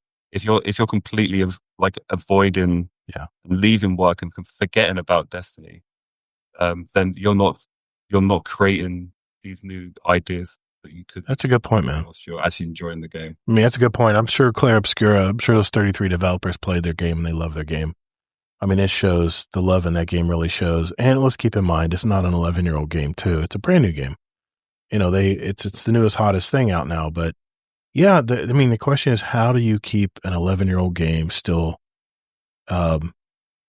feasible as a live service game? And there's a lot of things that come into play there. I know I saw in the YouTube chat, Stephen Owen mentioned that, how about a new stasis or strand super? I mean, we keep talking about this third darkness subclass that never came our way. We speculated that it might. And they keep bringing back new aspects and fragments for our light subclasses every so often. I think that would be definitely a good thing to add, because even though I'm not a huge fan of the stasis subclass, it would be nice to have some other twists and other things that we can try out in a build. But it can't just be a filler. It has to be something that's, might be powerful at first, that maybe they tune back down later. But that was a good point as well.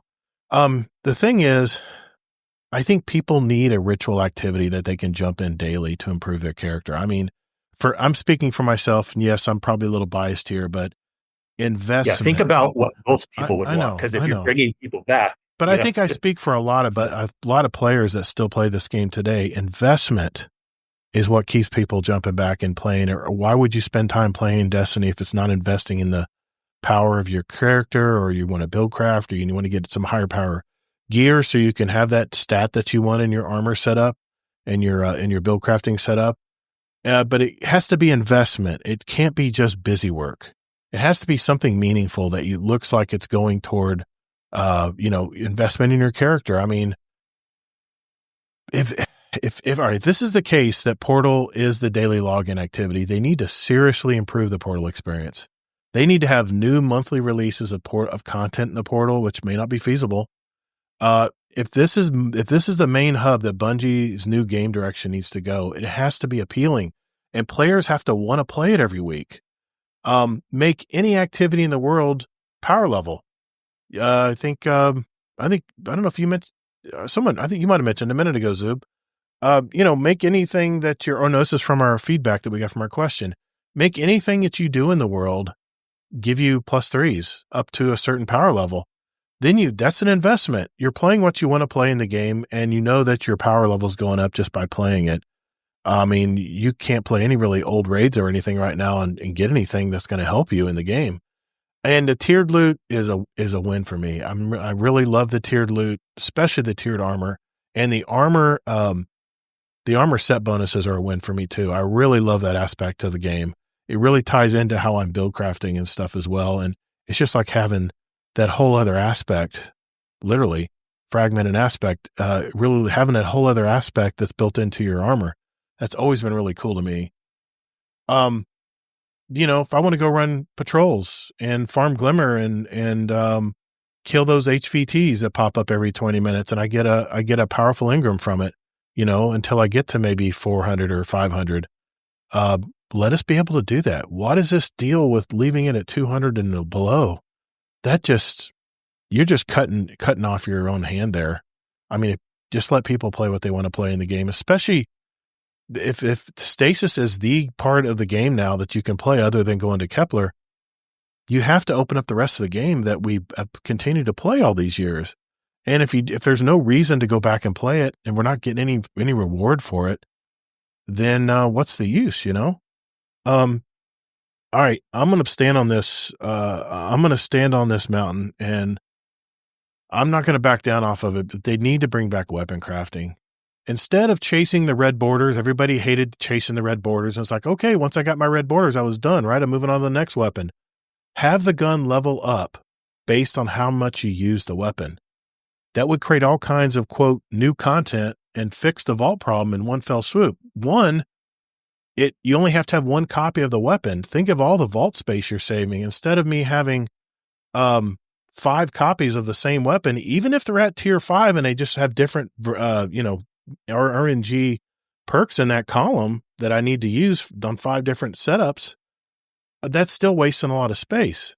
So if I have one craftable weapon that I can go to the table anytime and just swap out and rebuild depending on what I'm going to use it for, that's the way to go. But they need to use it where how Battlefield did in the old days is as you would use a weapon, you would unlock all these attachments on the guns. And I mean, the attachments went way down the row. You'd have FLIR scopes and all kinds of different holographic sights. You'd have all kinds of red dot sights, all kinds of different ways of putting your gun together that's comfortable for you to use. That's such a big aspect in Battlefield 3 and Battlefield 4 that kept me playing for hours and hours and hours. And it's just so limited here with this RNG. I don't know what it is with Bungie. Why can't they just keep this weapon crafting in? Because let's just say you get the first set of goals for the weapon would be 100 kills. You get 100 kills, now you can craft your barrel perk. And if you want to enhance it, you got to get 200 kills. Say you want to work on your mags next. Well, now you got to get 500 kills on the weapon. 500 kills, you can go back to the table. Now you can start putting on the different mag perks that you want. If you want to enhance them, you got to go to 750 kills. This is the way you make weapon crafting, not this RNG. Oh, I got a red bar. I got my 5 red bars. Now I'm done. What else? Let's move on to the next weapon. No, that's not the way you want to do it. You want to do it like Call of Duty does, the way Battlefield does. The more kills you get on the weapon, you start unlocking different perks on the weapon, and then you can enhance them even further if you really want to go hardcore on that weapon. And if you want to level up other weapons from 10 to 400 plus, enough with this 9,000 unstable cores. What the hell? That's just making people definitely not want to play because they don't want to have to dismantle a bunch of gear that they just got just to be able to afford to rank something up. I want to build my arsenal, but it would take me years with all the upgrades and armor and using all those unstable cores. But like I said, all I can say is I had investment when I crafted weapons. There was something I was working toward every week when I logged into Destiny. I'm going to work on getting my level up on my pulse rifle that I just crafted. Now I want to level it up. I would invest time every day. I'd have goals and something to do every day in the game. And it just doesn't seem like there's anything to do now, since they've gotten rid of weapon crafting. Anyway, that's just a few ideas I have. I have a few more, but I want to make sure I give you guys time to speak here. I mean, Xoobie, Kingsley, you got anything else to add as far as something they can do? Well, I like your ideas. And actually, since we were going in the idea of being magical, then your ideas could come out before December also, however. I'm always a big proponent of like different people have different opinions on do people like content more versus like repeatable things or investment stuff. But I'm not trying to say my thing is right, but in talking to more and more people, I feel like you'd get majority people back with content over investment. I really think content is more important than investment. I think it depends on the player. I really do. I know you're more into content. I'm more into investment. Taking like polls and you look at, you ask all the people from the 300,000 that left down to like our number now. And everyone I've talked to, they said, well, I'd come back if there was new content. But here's the thing, like, Kingsley. You're wrong, but yeah. I think contents would bring more people back is all I'm saying, you know. What I'm saying is we're on the same page here. Leveling up your weapons the way I just mentioned, that is content. That is No, that's investment. That's what I meant. People want like new stuff to do. That's what I meant by content. You're talking about like new story, new environments and stuff. See, this is the reason why I think Bungie decided to make this marathon game, because it's so much less. I think it was Bleehy in the, he had some really good comments in the GDC feedback channel this week. He says, the reason Bungie's going toward a marathon game is you don't have all these assets that you have to make for the game. You make the maps, you make the progression system. It's PvP. It's much easier to maintain a game like that than it is one where you're always having to produce more content. Oh yeah, you're always having to produce more worlds and stuff. A good halfway point to both those areas is to have craftable weapons that are based on your kills and your history with the weapon. And then you can even go further. So many headshots mean you can get this special shader just for this gun. I mean, I've talked about this for ages, man. There's so many ways they can create content within the content just from doing that with weapon crafting. Or you could even possibly do something like that on armor, but they'd have to figure out how to work it that way. But weapons, at least. Weapon crafting, I think they abandoned it too quickly. Too many people started poo-pooing on it because it was all about the red bars. And, there's nothing more to do. I got my five patterns. Now I'm done. No, it's not about the patterns. It's about getting everything unlocked on the gun. In order to do that, you have to use the gun. It's your personal gun. Anyway. Remember, they did do that at the beginning, and people didn't like that either. And then that's why they need to make the borders. I think they need to make every gun viable as well. I think at the minute, especially when I think to go back to Destiny, everyone's using the same gun. Everyone's kind of got the same or similar build. I feel like there should be a lot more variety. I know nowadays, obviously, everyone is in gaming as well. Everything is like straight down to the net. Everyone's trying to find the most effective way to do anything, get the most damage on the bosses, etc. But I think if you had a little bit more variety, so maybe like you said, having that level up system, which is also very similar to, like say, Call of Duty. At least but you have to make each gun fun to use. That's the problem. There's a reason Call of Duty sells 15 or whatever million games every year. There's a reason $15 million maybe or something like that every year is because these systems work. And people don't mind putting the work in to get their weapon up where they can be the most competitive. I have an Aisha's Care here. It's not craftable. And they did have it where you could literally level up the weapon to get enhanced perks on the combat perks that you got.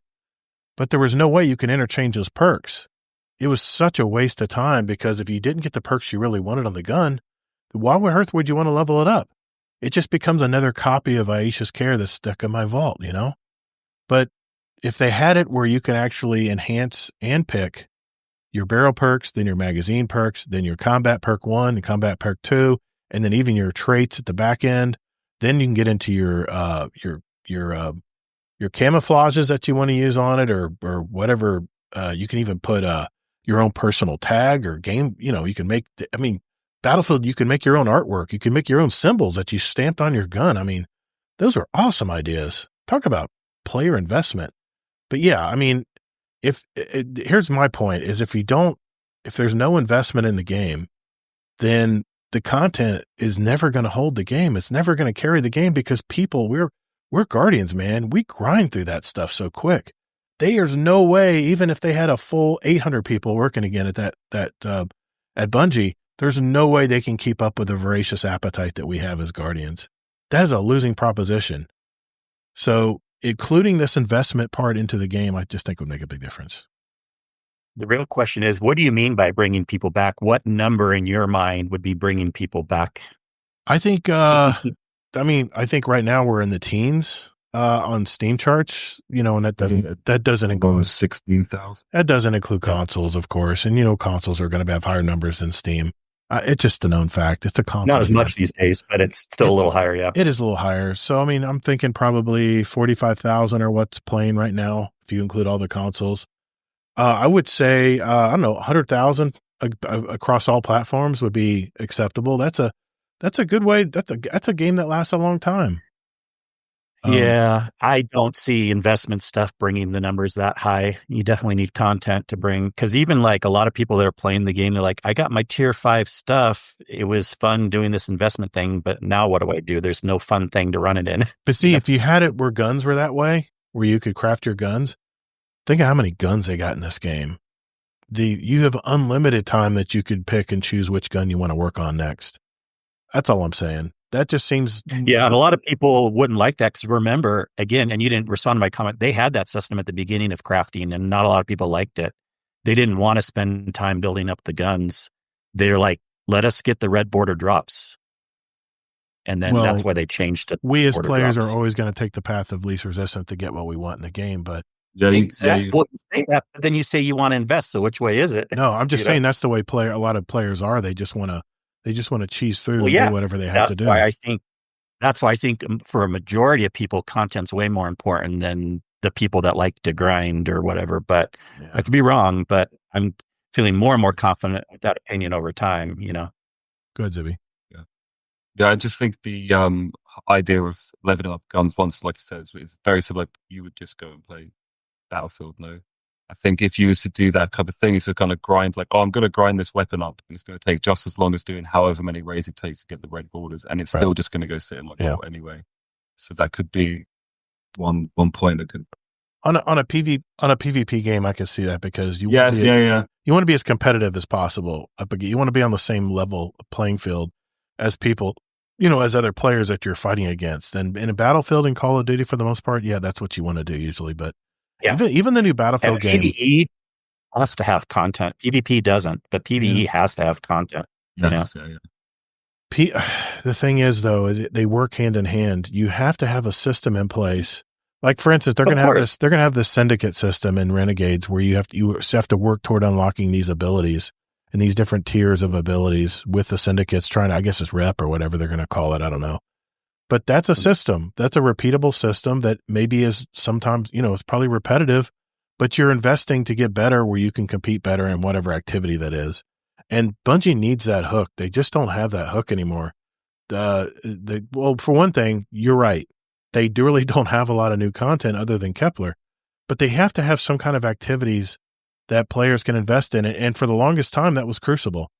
Because when there was dead time, when there was no content to play, everyone would flock to Crucible. And that was the ultimate end game, right? Because no game was really the same. And it was your brain against someone else's brain and trying to figure out and be strategic as possible. That's a system that people will play over and over again, and it doesn't have to be new content. Now, granted, they haven't had any new maps. And I think the biggest deterrent right now in Destiny 2 is the cheaters. I'm seeing a lot more cheaters in the game now who just don't give an F. They just don't care.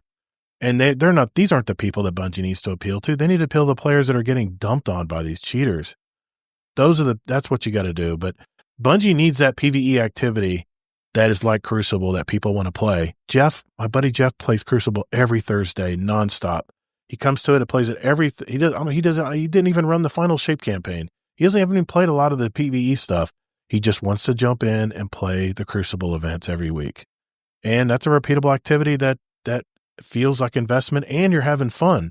But another point I had was when it comes to things they can do to kind of turn things around, the weekly hub that they have, where you have the reward track and you get the bright dust every day, and then you get the big bright dust and weekly XP and stuff for that.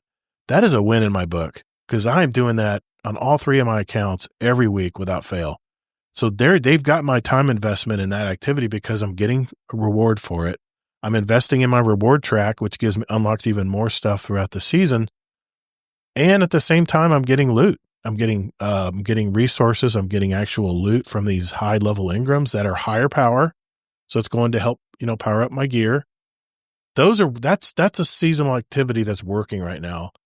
The event tab, I think, again, is a win. The Solstice, the Arms Week for the most part, Iron Banner, all were good. Heavy Metal, this new territories, not so good. Heavy Metal, to me, I played it 1 or 2 times and I was bored out of my mind. And new territories was not solo friendly, so it wasn't applicable to everybody. You had to play with a fire team if you wanted to have fun doing it.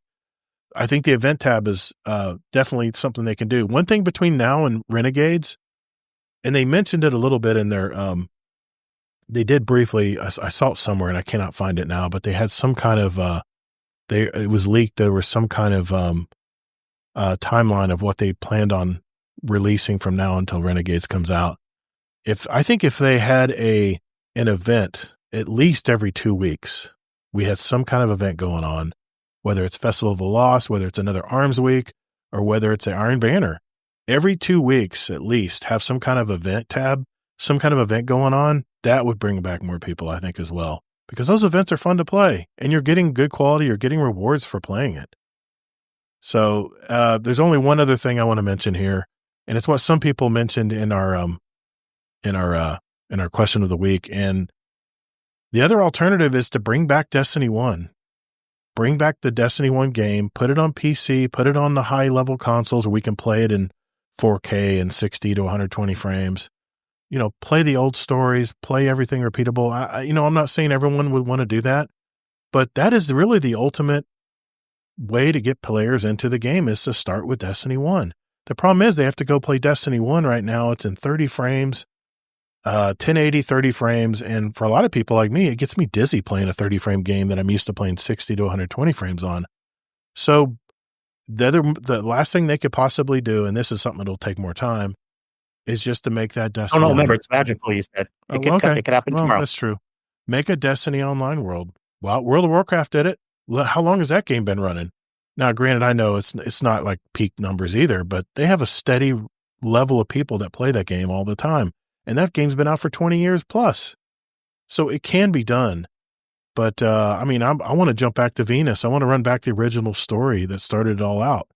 And while they're at it, how about bringing back that old Bright Dust system? If there's something we get from the Eververse or an Ingram drop that we don't like, let us be able to dismantle it and refund our Bright Dust for it so we can invest it in something we do want to get. It's the exact system they're using for unstable cores right now. So I know it can be done. I just don't know if they're just so worried about people not buying their gear, their silver-based stuff in the store or not. But that's all I got. I've thrown everything out there that I can think of. Well, obviously, it has to be both. When I say content, it doesn't mean we shouldn't have investment stuff. But you mentioned content things too, Destiny 1. And then also even, I like the idea of having an event every 2 weeks, because that's kind of like content also. The events are a win. Especially if the event has a good activity, not just no activity where you're just doing anything. I mean, you got to, allow the event to be leveled up in any activity, of course. I'm not saying that, but also have a cool activity that's coming out every 2 weeks. That would be amazing. If there's a pretty cool, doesn't always have to be brand new, but imagine if we had some pretty cool variation or new activity every couple weeks with some event. That would bring people back. It still wouldn't bring people back as much as like a Destiny 1 or a Destiny 3, but it would definitely bring people back. Yeah. No, you can definitely see the desperation. I think, I don't know if you guys would agree with me, but as soon as Destiny started doing the crossover, I think it was Witcher, and they've obviously done like a few things with Fortnite as well. I think everyone has a skin. I think that just like shows like real signs of desperation to start to claw people back, and now having a whole like new expansion based around another product kind of shows to me that they really are like clutching at straws at this moment. Mm-hmm. Yeah. I don't know how long that's been in the works, but that's a hell of a partnership deal with Lucas Studios. We'll see how it's implemented, I guess, in a couple months. Go ahead, Kingsley. Remember, this bounty system's only going to be within the new stuff, just like Edge of Fate. And like I mentioned, mark my words, on a couple episodes back, I kind of saw how that worked in other Star Wars games. It may not be as magical as we're thinking. It'll just be within the expansion area, and once you do it, it's done. But hopefully, it's better than what I've seen in other Star Wars type games. So it looked promising in the Vidoc, but like you said last week, Kingsley, Vidoc doesn't mean it's going to be a good game. No, you can't. You should know better by now too. They're you good can't just go off of the Vidoc. But the way the bounty system works in Outlaws is you have to pick one group at a time, and the problem is if you want to get all the weapons in all the groups, a lot of people are going to find this annoying. Once you pick the next group to get another weapon, well, the original group goes way down then. And then you're like, well, duh, that's how factions work when you join one versus the other. But it's like, a lot of people won't like that, where it's like, you kind of have to like lose rep in one when you go to the next one to get the other weapons. So, yeah. And the thing is, another thing too, is I'm realizing with this question of the week, everybody wants different things from this game. And I don't know. Somehow they have to land something in a happy medium where everyone has at least some amount of fun in what they do, whether it's investment or whether it's new content or both or what. But Xoob, did you have any other? Just look at other games like Borderlands 4, Halo 10, whatever. It's like, we should have had a Destiny 3 by now because there's precedence. Other games have done that. I mean, I don't know. You're preaching to the choir here. I totally get that. But someone long ago said no. Someone long ago said no. Well, I mean, if they're not coming out with a Destiny 3, then they need to come out with a Destiny Online and just pull the plug, just to get it over with. Just jump in. Start working on it. And then both of these things are not going to happen unless they get more employees or studio. Yep. I even admit Destiny 3 is not going to happen in the current state. There's no way it's happening. So yeah, and the tiered system is a big win. And unfortunately, I think that was what would take the most time, is the fact that they would have to transfer all the old assets into this tiered system. That could be a problem. That could take time as well. So, Xoobie, do you have anything else in your notes? Anything else you wanted to mention, man? I just think that my main point is just that the leadership needs to remember what it's like to love a game and not just like be the owner of a game. I think until that happens, nothing else will change. And it's a long process. So I don't think there's a quick fix. Yeah, but I just don't think passion can't survive in a company that's run by profits. Unfortunately, that's just how it is. Once the soul's gone, it's gone. Yeah, Xoobie, thanks for that comment on. And I was going to say earlier, but since you repeated on that, I totally agree. There's a interesting story about back in the day when Microsoft was making phones. Remember, it was for a bit, there was like three. There was Apple, Android, and Microsoft. And remember the Windows phones. Microsoft execs and employees weren't even using their own phones. And a Microsoft high-up person's like, they saw people were still using like iPhones mostly. They're like, wait, why are we making phones if no one in the leadership use them? It's a bad product. We should stop doing that. Oh my God. I remember the Windows phones. I wanted to try them, but I was too much in the Apple world. Yeah. They had already got me in the Apple world. So the execs weren't even using them. Jeez, that's crazy, man. Wow. There's not much faith in their product. Oh, well, that's a good conversation, guys. I'm glad we came up with it this week. I know there's been a lot of hubbub in the community about, what are we going to do? We're in panic mode, and I figured, let's just talk about that this week. So, Xoob, thanks for your input, man. Those are all very good comments. And I think it kind of cuts to the bone what's really going on here. So just how many of those employees still love this game and still want to make a great game? That's the question. So, all right, we got some questions here from our community, and we'll do that right after this.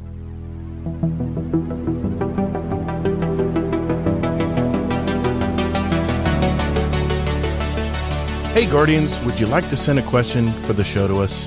There are 4 ways to do it. First, you can join our Discord server at discord.gg/Guardian Downcast. There's also a join link in our show notes down below. We have Guardians from all walks of life and all over the world, from new lights to day one players to hardcore gamers. There's also a channel labeled Podcast Questions where you can type in your question for the show. So come hang out with us. You can also email us with your question at guardiandowncast@gmail.com, or we also occasionally post about our upcoming show and guest, and you can respond there with your question at Guardian_D_cast is our X handle. Finally, you can send us a voicemail with your question at guardiandowncast.com, and we might play it on the podcast. Think of it as talking with us right on the show. Thanks for listening, and later, Guardian.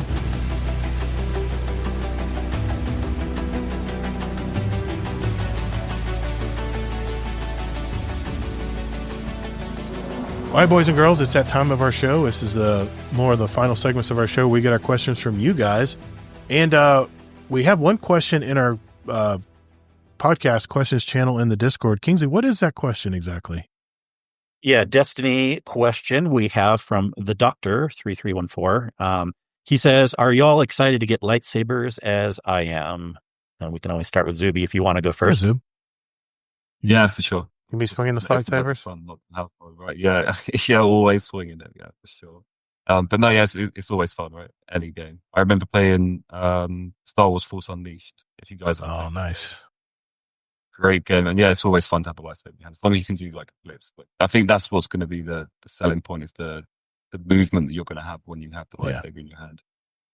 Yeah, I think they said you can upgrade the skills on them and the looks of them, even the colors of them. I think so. That's and the handles and everything. Like when you go to Universal, you can build your own lightsaber. Yeah, that's right. Hell yeah. Yeah, that would be cool. So there you go. You can have your level up and upgrades. There you go. At least start there. What do you think? Yeah, I mean, of course I'm excited. I mean, it's Star Wars, anything Star Wars. I mean, I'm still wearing a lot of my Star Wars gear. Heck, I had my General Grievous gear on my Hunter last week showing my builds off. So, yeah, absolutely. I'm excited, especially if they make it where it's customizable, like Xoob said. So what do you think, Kingsley? You going to be swinging that? I'm not as excited. I'm kind of worried. Like, I feel like Destiny's losing part of its identity, and we're grasping at straws here. They're almost like desperate. I'm not saying they can't do a good job of it, but like lightsabers as a gun now, like we're kind of stretching here. So, I think it belongs more in a true Star Wars game, not so much in Destiny. Sorry. No, I get it. We had a few. But I'm not saying I think it'll be bad. I have faith that they can at least do an okay job. It's gonna be like a sword. It's gonna be like a sword, just a laser sword's all it is. So it'll still have the same actions like we do on a lot of swords. We had some questions in chat here for Xoobie. Dr. Hioka, question for Xoobie: what was it like to meet the enigmatic Hades in person? I would have to say the only word you can use is magical. I mean, you've experienced the exact same thing. I love the guy. You're never going to meet anyone quite like that. Genuinely. This is the kind of guy Doc is. He actually messaged Hades, and Hades is on his motorbike, and he actually came early before we went to the meetup and met myself, my wife, and Dr. Hioka at that service area where all the sweets and candies and stuff. Oh my God, that place. Oh, that's something I miss. And I turned around and there he was. I was like, dang, you're taller than I thought too. I always thought he was a smaller guy, but no. Hades is like 6'4", I think. Big handsome fellow. Yeah. What are you feeding you guys over there? Jeez Louise, man. But yeah, I was very surprised. Just a good dude. That's for sure. Let's see. Question from Hades. What's your favorite car you've worked on? Also one you've loved to work on, including classic cars. I absolutely like Hades. I'm a big fan of classic cars. I think I see too many nowadays of the problems that come with the new electric hybrid, whatever you want to call it, engines. But I worked on a Ferrari SF90XX. I don't know if you guys know that car, but if you want to look it up, that is a pretty cool car. Okay. Yeah, I'm actually going off to Ferrari on Monday for another job, but that'll be cool. Nice, man. What a cool job. It's an awesome job. Yeah, it's pretty fun. Pretty fun. You have a favorite car, Kingsley? No. Oh, okay. When I was a kid in high school, Acura NSX, because yes. something that I've driven was one. pretty cool. Fun little car. But the high-end Acura, the fancy Acura NSX. Yeah. But I don't really care much about cars. Yeah. No, it's unfortunately, like, I see them so much, you slowly become immune to it almost. Yeah. I had fun in that little Mercedes coupe that I rented. It was a lot of fun. I couldn't even find the shift handle. It's like, where's drive? Where's park? And I looked everywhere, and I'm looking at the knob on the behind the steering wheel, right? Yeah, it's where the windshield wiper lever is. You never see that in an American car. Never. So yeah, it was. Oh, you do? Really? Oh my gosh, I showed you. Do they really really have a truck that had shifter right there? Really? I promise. They were automatic shifters, though. They weren't manual shifters. No. I'm not talking about column shift or paddle. It had paddle shifters in it too. I couldn't find where I could put it in drive. Like put it in drive. Well, okay, I know, but I'm just saying there have been especially trucks, older automatic trucks that you shifted on the steering wheel. Oh, on the column, yeah, of course, yeah. But this was like an electronic. Everything's electronic in these Mercedes now, man. Well, okay, now you clarified. Okay. It's like playing a video game, like an indicator. Yeah, almost like an indicator. It literally was like exactly. It was like a turn signal. I never even knew to look there. And you know how you put it in park? There's a button on the end. You press that button and it's in park. I'm like, what the hell is going on here? I don't know. Anyway, question for, also, Rolfie had a question for me. Question for Gator. What's the one food you've missed since being in the UK? Man, I love meat pies. I love the fact that you guys put all your meats and veggies in a pie, like a pot pie here. It's just not very popular here. Everything is splayed out open on a plate at dinner now. It's I'm sure if you looked hard enough, you could find it, but pastry pie, meat pastries, pies and stuff like that. I love that kind of stuff over there. And, yeah, I love that kind of food. I miss that the most. Every time I go there, I'm usually looking for it quick. Question for Xoob. This is from, the name is Roy Corduroy. Question for Xoob. What are you playing at the moment other than my feelings? Oh, well, to be honest, when I first stopped playing, I started playing Skyrim again. Oh, okay. Which was a lot of fun. Then I kind of just revisited a few of the games that I had been maybe neglecting. And I had played like a while back and just still really enjoyed, but just for some reason kind of stopped playing. I went into Rocket League as well. I don't know if you guys have played Rocket League. Yeah, I haven't played it, but I know of it. Definitely. Big fan of it. And now recently, to be honest, I've been playing New World because there's a new season coming out and they've brought out a whole new expansion that's coming in on Tuesday. So I've been doing a little bit of prep there. I've not played too much, but that's looking forward to playing that. Awesome. Oh, we got Willem Scream in the chat. Evening crew, just want to drop in and say hi. Thanks, Willem Scream. Good to see you, brother. Good to see you, man. That is it. That is all our questions for today. All right, good. Good. That makes it nice. Nice, quick show. One more thing we need to do, and Elmer Fudd, play that music, sir. Oh, listen to the Guardian Downcast. Oh, it's a playlist. Yes. Oh, and I've heard they've won awards for it and such. All right, the final segment of our show, we like to pick a song for our award-winning Guardian Downcast show playlist. It's a little sample of what myself and our guests like to listen to. We invite you guys to listen to it as well.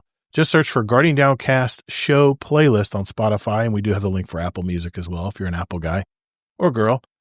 The links are down in our show notes down below if you're a listener. We now have 1,251 songs representing all of us and all of our past guests since July of 2019 when we started doing it and actually started this show. So I'll start with you, Xoob. What are you picking for tonight and why, sir? So I picked a song. I even spoke to you earlier. I'm not sure that it fits with the narrative of the playlist, but it's something that I enjoy. It's called Shower Man by Paul Stevenson and Bex Blue. So Bex Blue is he's a producer, and he takes a lot of the old grime music that I used to listen to when I was younger from East London or North London as well.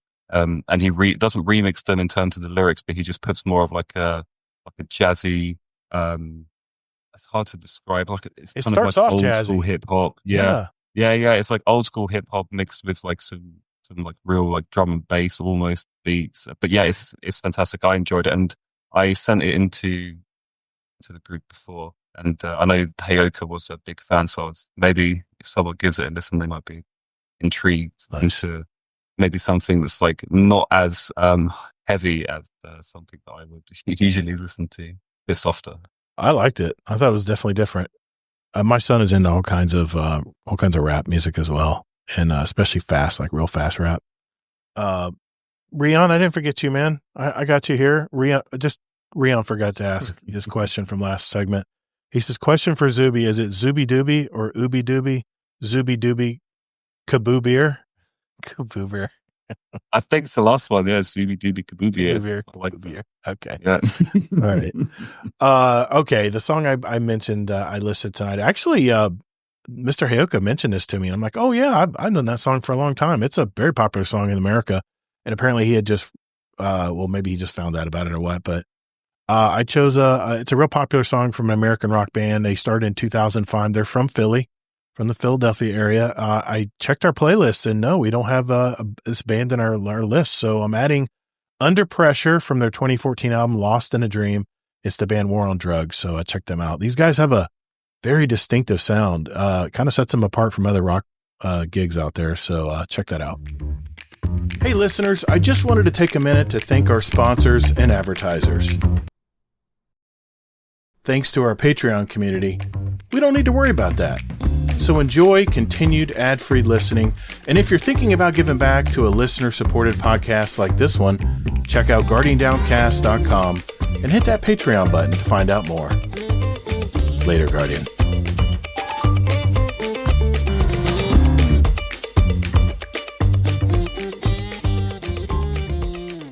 You know, every now and then I like to give a shout out to a member of the week. This is someone that I've noticed more active in our Discord community and has really gotten involved in our show and just really been a good person.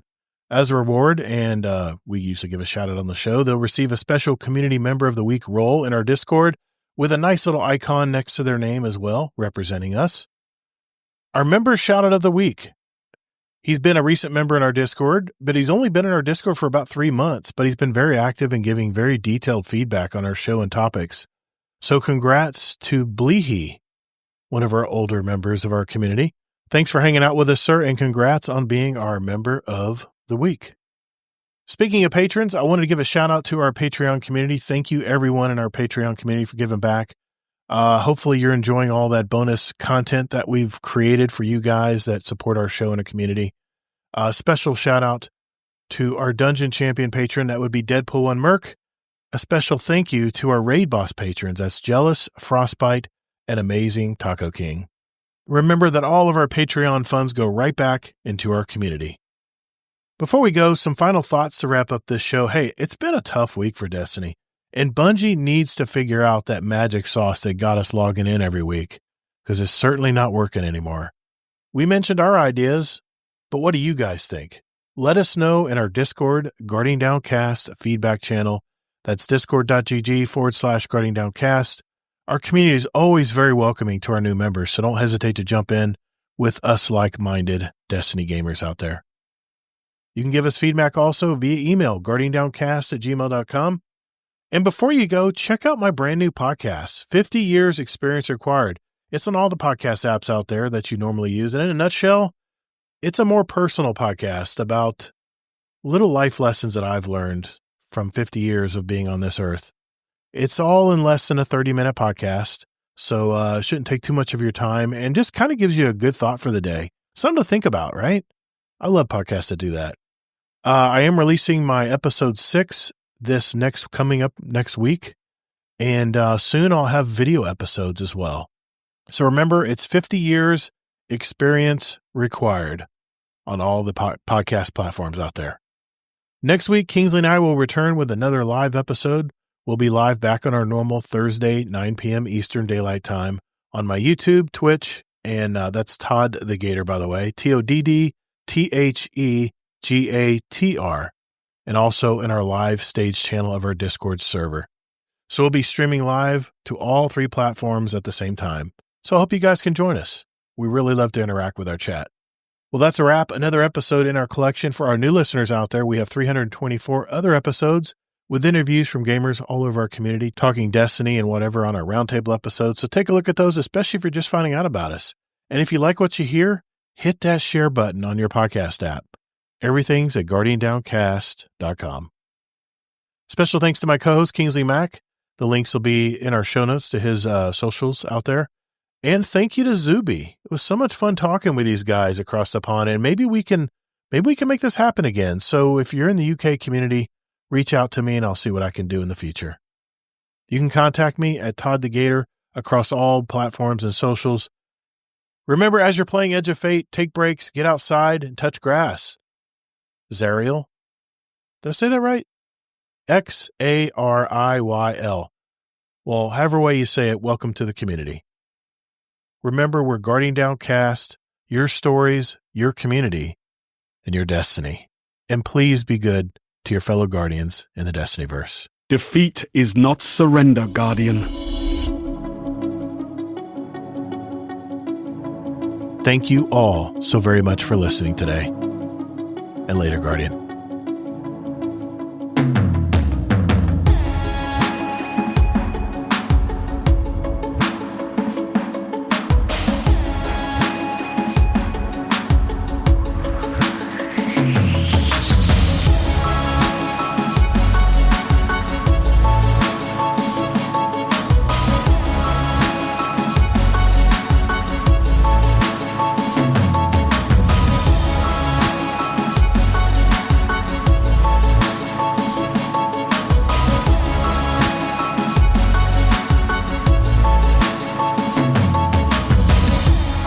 All right, guys, that is our show.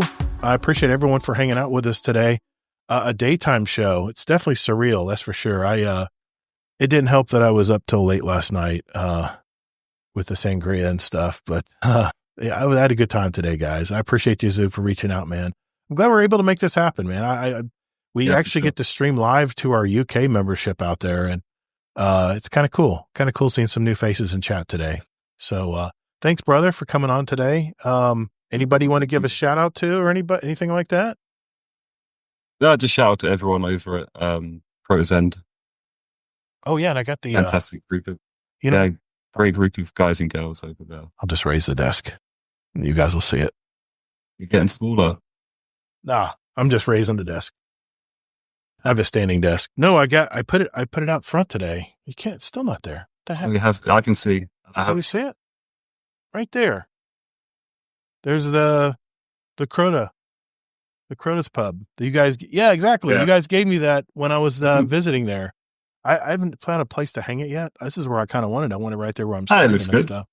Yeah, it looks good. So, yeah, I had a great time tonight or today. It's tonight for you guys. But I love having these live shows. I love being able to talk to our chat and just interact with them and just have a good time. A Gator gets forgiven for repping the pub in both the sign and T-shirt. I got to wear my Gator Goes to the UK T-shirt, man. I mean, I love this T-shirt. My daughter designed this. I love this design. But yeah, it's been a great show today.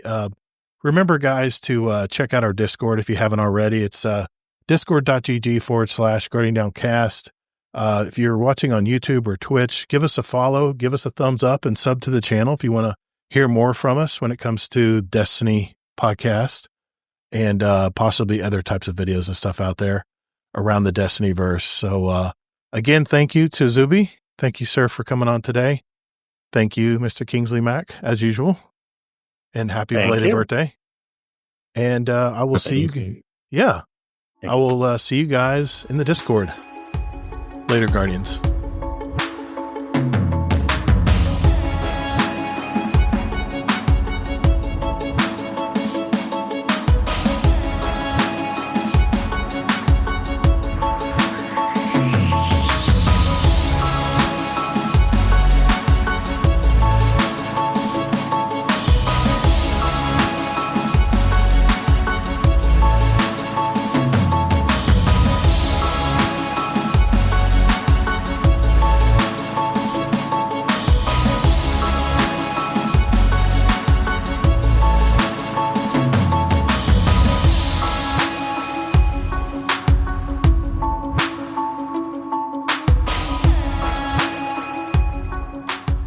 Do an impression. Why not? I haven't drank, but who cares? They will try to kill you. Kill them back.